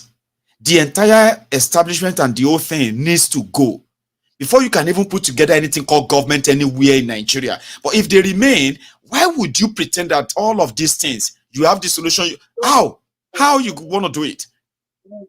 And I said it that time, I said, Tinubu knows, but they don't give a damn. Okay? They don't care. Yes, sir, they want to be called Mr. President, and he's being called that right now. They don't. Nigeria is irredeemable. They know it. But they are promising people a Nigeria that will work. It won't work. Air Force One. No, they don't. They don't. Thank you very much, sir. You said it all. Like I always say, and more grace to your elbow, to your family. So much work around Martina. Anybody go for all the going where you are. Amen. Amen. You can so it all. I bet you bear so it all look when you are so the talk to my dog. Omo ayagun atoko won Martina. Amen. But imagine baba are ló máa fi nà. That's mo ṣe in Jesus' name we pray. Amen. So, amen. You have a good one, sir. Hello there. Hello, Uncle Maiyegun. Yes, ma'am. How are you? I'm fine. Calling from London, Beatrice. Oh, my darling, my lady, ma'am. Lady Beatrice from London. Beatrice. It is good to hear from you again, ma'am. How are you tonight? I was yesterday, but I had my birthday and I didn't want to. Was yesterday your birthday? Yes, 11th. I want everybody to join me. Say happy birthday to Lady Beatrice. Just say there. Our lady, happy birthday. Happy Thank you so much. Thank you. Good to see you. Good to hear you. Go on. Something. Thank you. Can you hear me? Loud and clear, ma'am, please. Okay. I thought of something mind-boggling yesterday. Oh. This issue of Tinubu and his certificate. You went to university and I did as well. If for some reason, since the university said they didn't give him, they have the certificate, they have not given it to him. This is where everybody will know whether he really is the owner of the certificate or not. It was easier for him to go to his school. He doesn't need to send anybody. He has the money to pay for his ticket to go to America and collect the certificate. And save us distress. He didn't need to send a forged one or any copy one. Since the school has not given it to him, they still have it. So if truly it is his, why didn't he go there and collect it? I mean, we all this going round and round the deep hole without, it's just as simple as that. You know, all this big grammar, all this cursing, all this fighting on TV, all this making laws, gagging, no need. Just go in there, get it, and show us. Case closed. Okay, you have made a mistake of forging something. You can apologize for what you did. You can apologize that, be man enough. Be man enough. Don't hire people to speak for you. No. But the fact that he wouldn't go to his own school to collect his certificate, is mind-boggling. And I hope that Nigerians and the lawyers and what have you, they will remember that they have children or grandchildren that will still live in that country. Yes. And they will not set down a precedent that will not work for those children. Nobody will stay here forever. Nobody. Nobody. My father worked with Nigerian Railways and he suffered. He suffered. He was not even given his benefit before he died. And you can imagine the meager salaries they collect. These were the people who suffered for that country. But these people, they just gather there and they are sharing the money in millions and they don't care. They don't. And they are giving the ordinary man 35, they added the 25 so that they... To make it 55 pounds. What is... Do you know that 50,000 is 50 pounds? That's right, ma'am. In this country, what will you do with 50 pounds? With family and children. With family. Not to talk of home, people who are suffering. And this is not even the national minimum wage, ma'am. It's just 6 months temporary pay. You're going to go back to the 23 pounds after that, after 6 months. Exactly. These people have no conscience. They don't. They don't think about anybody. No. And if I were their wives, I did, I'm very active in tweet. If I were their wives, I would speak to that foolish man I'm married to that, listen, this thing you are doing is wrong. Our children will benefit from all this nonsense. They might have all the security they want today. They won't have it forever. They will not. There will be a day their children want to go and play football outside. But they have built terrible walls around them that if they are falling down, they don't have anybody to save them. Nobody to hold them. Nobody. So I wish you all the... I had a dream about you recently. Yes, I did. Right. You said you were going somewhere. And I was like, oh, let me go and tell my children. So I don't know what is going somewhere. So what happened? Yeah. Did I go there somewhere or you stopped me? No, I think you were running from something. So I said I would tell you, just be careful, pray before you move. I will. Nobody can harm you. Yeah, I know. I'm a child of God. The Lord showed it to me. I know that you are already protected. All right? I will be very careful. Thank you so much for all of that, okay? You also should stay safe, ma'am, okay? Take it easy. Thank you, my brother. You have a good one, man. Yeah, goodbye. So that's our lady there, Lady Beatrice, right? She is one of the elderly, members of this platform who somehow have been very, very supportive of MaiyegunsDiary, Politico. I am supposed to be grandchild to so many of them. But they are here. And they gave me that support that if you don't have it, you will never understand it. So I'm so grateful. And here, hello. Maiyegun, ma'am, how are you, ma? I did. I don't call the old number tie. I don't know saying you don't change the number. Oh, I'm so sorry. The phone just died on me. I couldn't really change it. And you know what? It was pretty much like an old number anyway. So I just changed the number, got it into a new phone. I'm glad you got it now. How are you, ma? Okay. Yeah, I'm fine.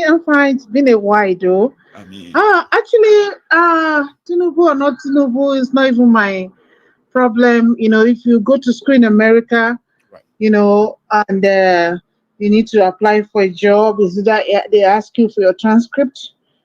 Recently, sometimes, was it last year or thereabout, I applied for a job, and then they asked me for my transcript. All I did was just to contact my school. I need my transcript, and they were like, should they send it straight to the company or they send it to me? I said, send it to me. They email it to me. I email it to the company that I applied to, and I have my certificate framed up in my room. And I took the picture and I sent it to them.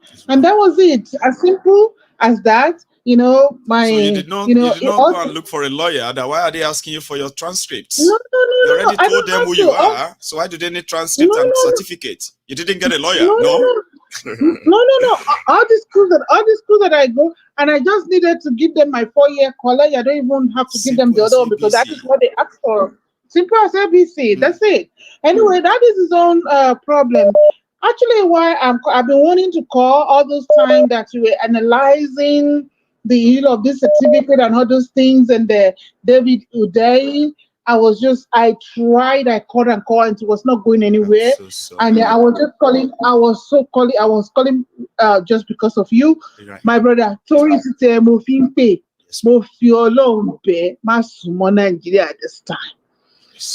Nígbà téèyàn kan pè wọlé tó ní pé orúkọ ẹ̀gán wà ní list, mo kàn kọwọ́ sórí ni pé this is what I've been calling to tell this my brother. Now listen, please don't. Mo mọ̀ pé orúkọ ẹ máa wà nínú kò sí mi because Maiyegun analysis tó ṣe during that time was too fire up. It was provoking. It was just so right on time. It was too detailed, too provoking. So you provoked them. So there's no way they will not look for you. They will not. And Maiyegun, general sociality. So my poor tiny dada, mama get corrupt. You understand? I'm a cutting last time, man. She's a cocoa for you money.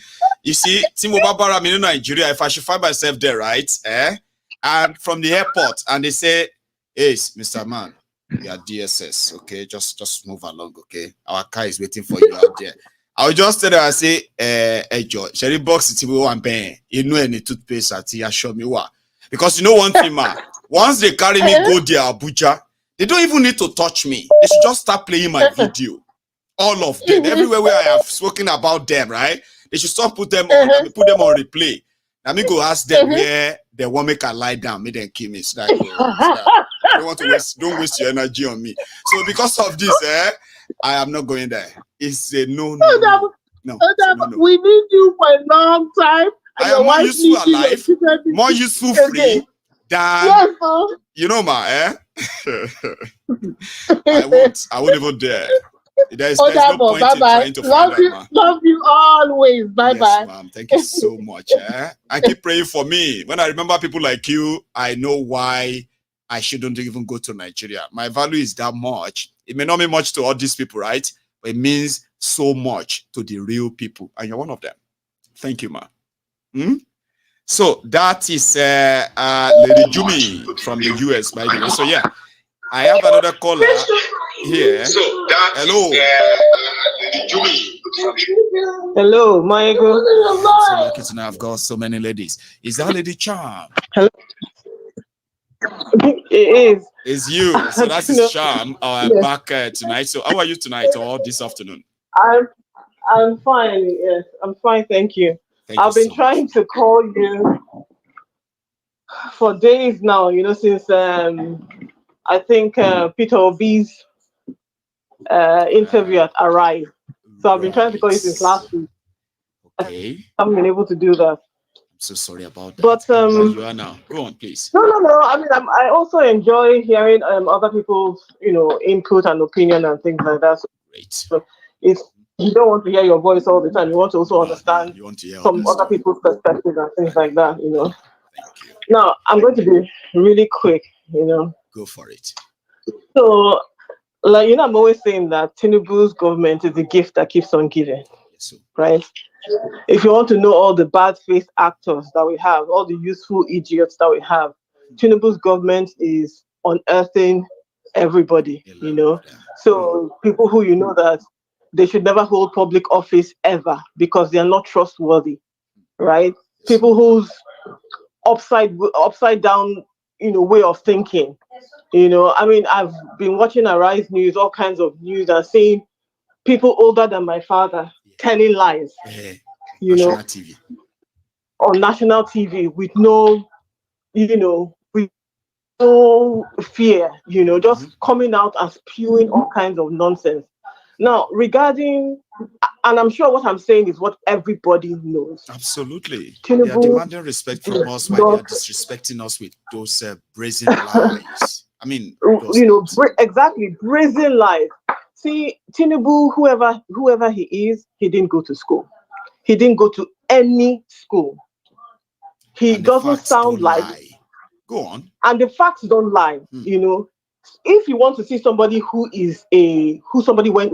went to school, yes, in terms of how they speak, in terms of how they carry themselves, in terms of how they communicate, you will know that Tinubu did not go to any kind of school. So, trying to tell us what to think or what to say is just rubbish as far as I'm concerned. The man did not go to any school. Trying to gag us and, trying to tell us what we should think about a thing. BBC Africa coming there to tell us that they've done their own verification. And we're like, oh, so what should we do now? Fold our arms and, clap for you and tell you, thank you very much. You solved all our problems. Are you a joker? So you're telling us what we know ourselves. The man is not eloquent in any way, shape, or form, has no strategy, nothing. He's just, he didn't go to any school. So this one of people with money, who has access to power. It's not hard to tell. Exactly. Who has access to power. Yeah. And then unfortunately, you have people like Mr. Abati. And I've always been very, very, when I speak to people, I say, this man just rubs me off the wrong way. There's something not right because about him.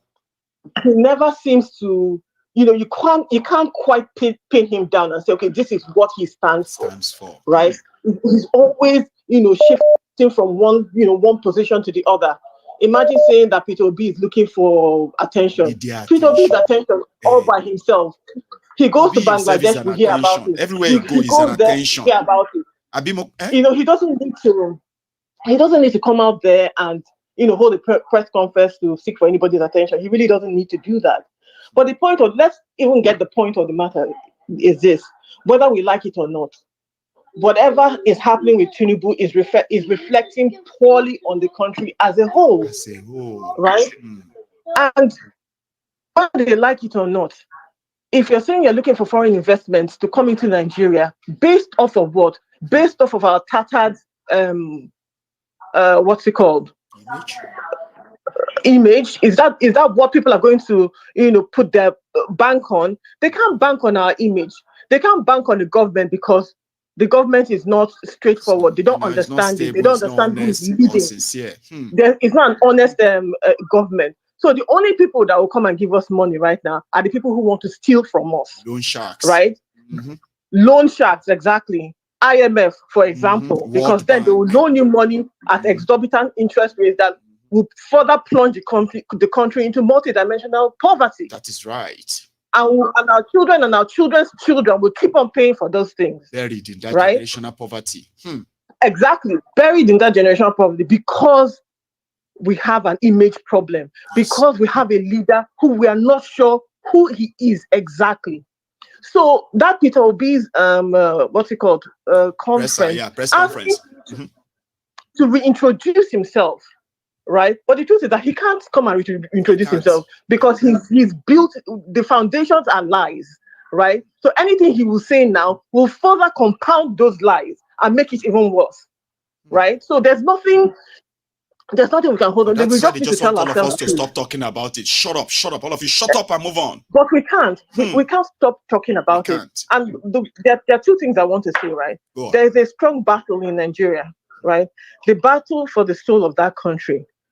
Because we have done things the wrong way, whether we like it or not. And somebody made that point. I think it was this lawyer. I can't remember his name. He's somebody I really look up to these days. Or which of them? Dele Farosimi, yes. He's the one. Yes, he's the one. He said, there's a battle for the soul of our country, right?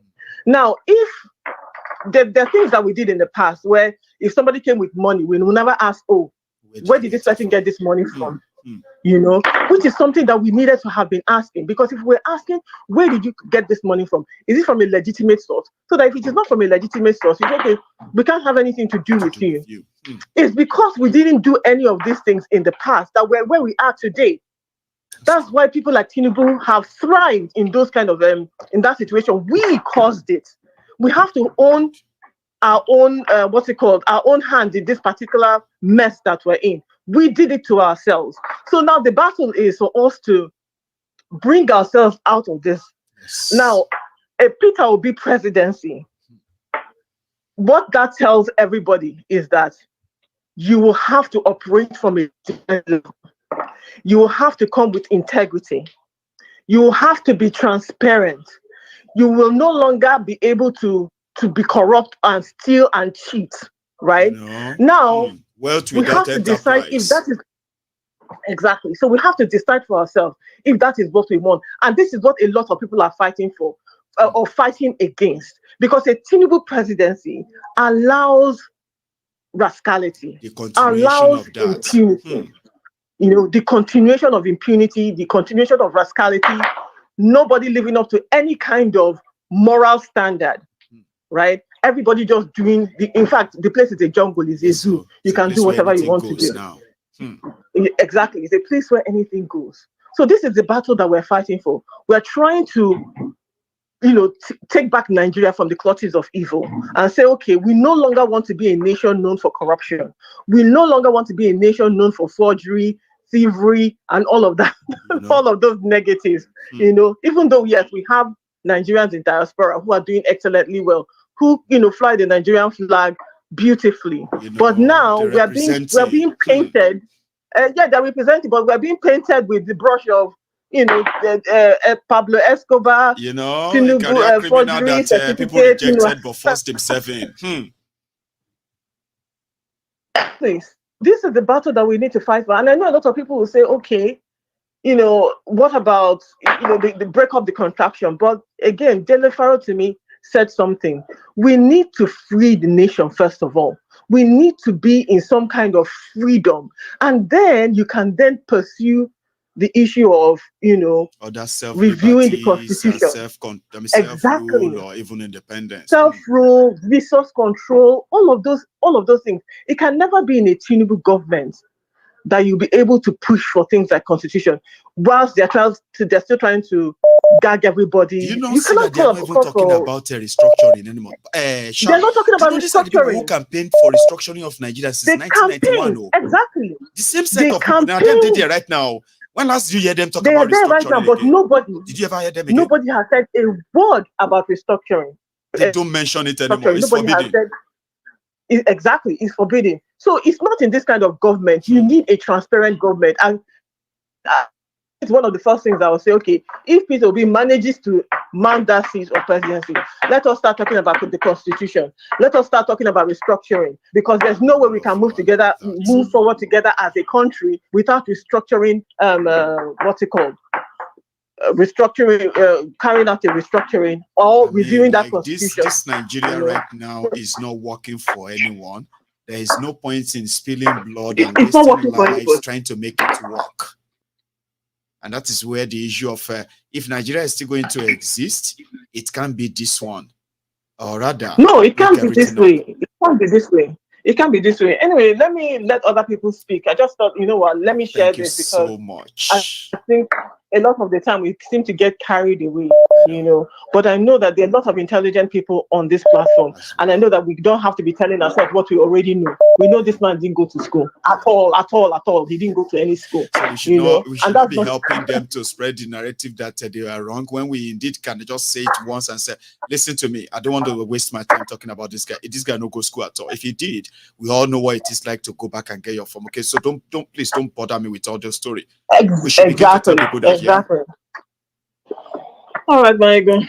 That's my rant for today. I mean, that's a good one. I love it. So thank you so much. And my regards to to the family and everyone as well. This is where we are going to draw the curtains tonight. So if you joined us midway, I advise you should watch this from the start. Now, just so I remind every one of us, right now today in Nigeria and even outside Nigeria, where Nigerians that believes that they need to take their country back from the ruiners who are also hell-bent in ensuring that people remain under the perpetuity of this slavery kind of, right? Now, to those who are indeed abroad, they know the injustice done that led to this illegitimate battle between APC and the Nigerians who want their country back from the hands of these Agberos who doesn't represent them. Injustice is the word. How could they do this? Why would the law let this happen? No. But I would like to remind you of a man again that has been innocently and illegally, rather, an innocent man that has been illegally locked up. His own people from his region, they have come under the state-sponsored genocide. Igbos are being killed and slaughtered. Nnamdi Kanu is locked up. Their court in Nigeria, the same court that a lot of you are looking forward to get judgment from. Now, the precedence from this court is that they are just paper tigers. You might think you are practicing democracy in Nigeria, but you know you are not. You are practicing militocracy. People who used guns, power of guns, to keep you under control, deny you justice, trample on your constitution, and dare you that nothing will happen. These people don't know anything called justice, but injustice. Now, a lot of you have directly and indirectly enabled these criminals to unleash the same injustice on so many people. An innocent man was granted bail after being kidnapped by these rogues. They denied him the freedom to walk away. They locked him up still, denied him justice. And in this market of injustice that Nigeria represents, I also want to remind you of a man who did nothing but just to call out at the criminals who are ruining everybody's lives in that country. They nearly killed him. They shot at him. They locked him up illegally for over a year too. They killed his brother and denied him the chance of paying his own last respect to his own brother because they locked him up. And that man is Omoyele Sowore. He is free but not free in an unjust country called Nigeria. The injustice being perpetrated by these criminals cut across every corner of that country. I can only mention these prominent names because of the, because of all of the scenarios that they generated as well. Sowore was released, but he can't leave Nigeria. They kept his international passport and won't issue him anyone again. They kept him in within there, right? In a way more or less like put a tag on an animal so you can know wherever he is, but he can't leave the cage. It's also part of the injustice. Now, if you are one of those who believe that some people deserve injustice, some deserve justice, you are not ready. An injustice to one is an injustice to all. Injustice anywhere is injustice everywhere. I just thought I should remind you as you are chasing these criminals, as you are angry that you have been cheated and you want the law to take its course, which you know will never. There are other thousands, if not millions of other people who have also been, who have come under these criminals, target and profiling. They have been denied access to justice. Those who struggle to get access to that justice, they were denied that justice completely. Please remember that. Nnamdi Kanu. The referendum is not war. Referendum is like your elections too. An opportunity for people who are currently trapped in this contraption called Nigeria will have a chance for the first time to actually discuss if they really want to still be one or they want to go their separate ways. But as long as misrule continues, misgovernance continues, corruption and all these other things that they've put together, right? I promise you this, there will never be an end to the agitation of the breakup of Nigeria. And day by day, the same agitation is actually gaining momentum. A lot of people are being convinced now than ever that Nigeria cannot be helped. So every day, you might think it's taking forever, it's all talk. I promise you this, every day, the actions of these criminals in Nigeria continue to win souls for those who were thinking that Nigeria could still be helped. They are dropping that idea. And once there is more of those who have dropped the idea of Nigeria still being a country, that will be the end of it. Now, wherever you belong to right now, there is something you should remember. Okay? You should never support injustice, even if you think it's being done to people you don't like. Because yesterday's survivors in Nigeria is today's victim. You see, those who are survivors of today, we are all awaiting victims of tomorrow. But before it comes to your turn, please fight for justice for everyone. If you want it, then everyone deserves it too. We are all fighting a common enemy. And it's high time we stop sacrificing our own outspoken individuals to these wolves, hyenas, and all these, carnivorous flesh-eating animals in Agbada. Thank you for coming to my TED Talk. I'll see you some other time. You can like the broadcast before you go, if you haven't already. Subscribe to my channel if you haven't as well. If you have done all of that, you can go to bed now. I will see you some other time. Good night.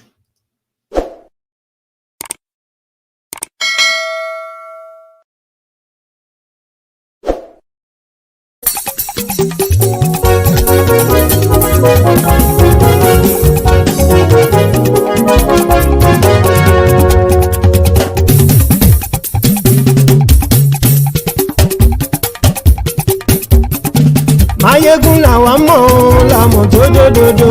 Maiyegun Diary Maiyegun #1. Maiyegun làwa mọ̀ làmọ̀ tó dòdòdò. Maiyegun Diary Maiyegun #1. Maiyegun ti dé o ọ̀rẹ́ ara yìí. Maiyegun Diary Maiyegun #1. Lórí Facebook lórí YouTube. Maiyegun Diary Maiyegun #1. Gbogbo bó ṣe ń lọ ni Maiyegun já wa sí. Maiyegun Diary Maiyegun #1. Àṣírí ọ̀jẹ̀lú kì í bò níbẹ̀ o. Maiyegun Diary Maiyegun #1. Bó bá ṣe eré àní Maiyegun máa wí. Maiyegun Diary Maiyegun #1. Ó sì tún ṣe eré wàá gbọ́ níbẹ̀ o. Maiyegun Diary Maiyegun #1. Maiyegun Diary Politico. Maiyegun Diary Maiyegun #1. Godfatherism kò sí lọ́rọ̀ Maiyegun. Maiyegun Diary Maiyegun #1. Ẹ farabalẹ̀ sẹ́ o kẹgọ́rọ̀ lẹ́nu o. Maiyegun Diary Maiyegun #1. Àní Maiyegun làwa mọ̀ tó dòdòdò. Maiyegun Diary Maiyegun #1.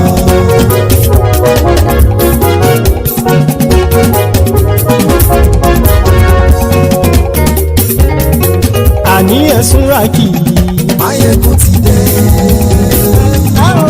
Maiyegun ti dé. Ọ̀jẹ̀lú ẹ̀sùn rákì. Maiyegun ti dé. Àní ẹ̀sùn rákì. Maiyegun ti dé. Lórí Facebook. Maiyegun ti dé. Àní ẹ̀sùn rákì. Maiyegun ti dé. Lórí YouTube. Maiyegun ti dé. Àní ẹ̀sùn rákì. Maiyegun ti dé. Ọba bá gbé wúrẹ́. Maiyegun máa wí. Àní ẹ̀sùn rákì. Maiyegun ti dé. Ijó ìgbádìyẹ. Maiyegun máa wí. Àní ẹ̀sùn rákì. Maiyegun ti dé. Pẹ̀sìdó bá rúfin o. Maiyegun máa wí. Àní ẹ̀sùn rákì. Maiyegun ti dé. Kí gómìnà kówó jẹ. Maiyegun máa wí. Àní ẹ̀sùn rákì. Maiyegun ti dé. Ọlọ́pàá tí ń darí bá. Maiyegun máa wí. Àní ẹ̀sùn rákì. Maiyegun ti dé. Aṣòfin tí ń rúfin o. Maiyegun máa wí. Àní ẹ̀sùn rákì. Maiyegun ti dé. Òpùrọ́ olóṣèlú. Maiyegun máa wí. Àní ẹ̀sùn rákì. Maiyegun ti dé. Ọ̀jẹ̀lú ẹ̀sùn rákì. Maiyegun ti dé. Àní ẹ̀sùn rákì. Maiyegun ti dé.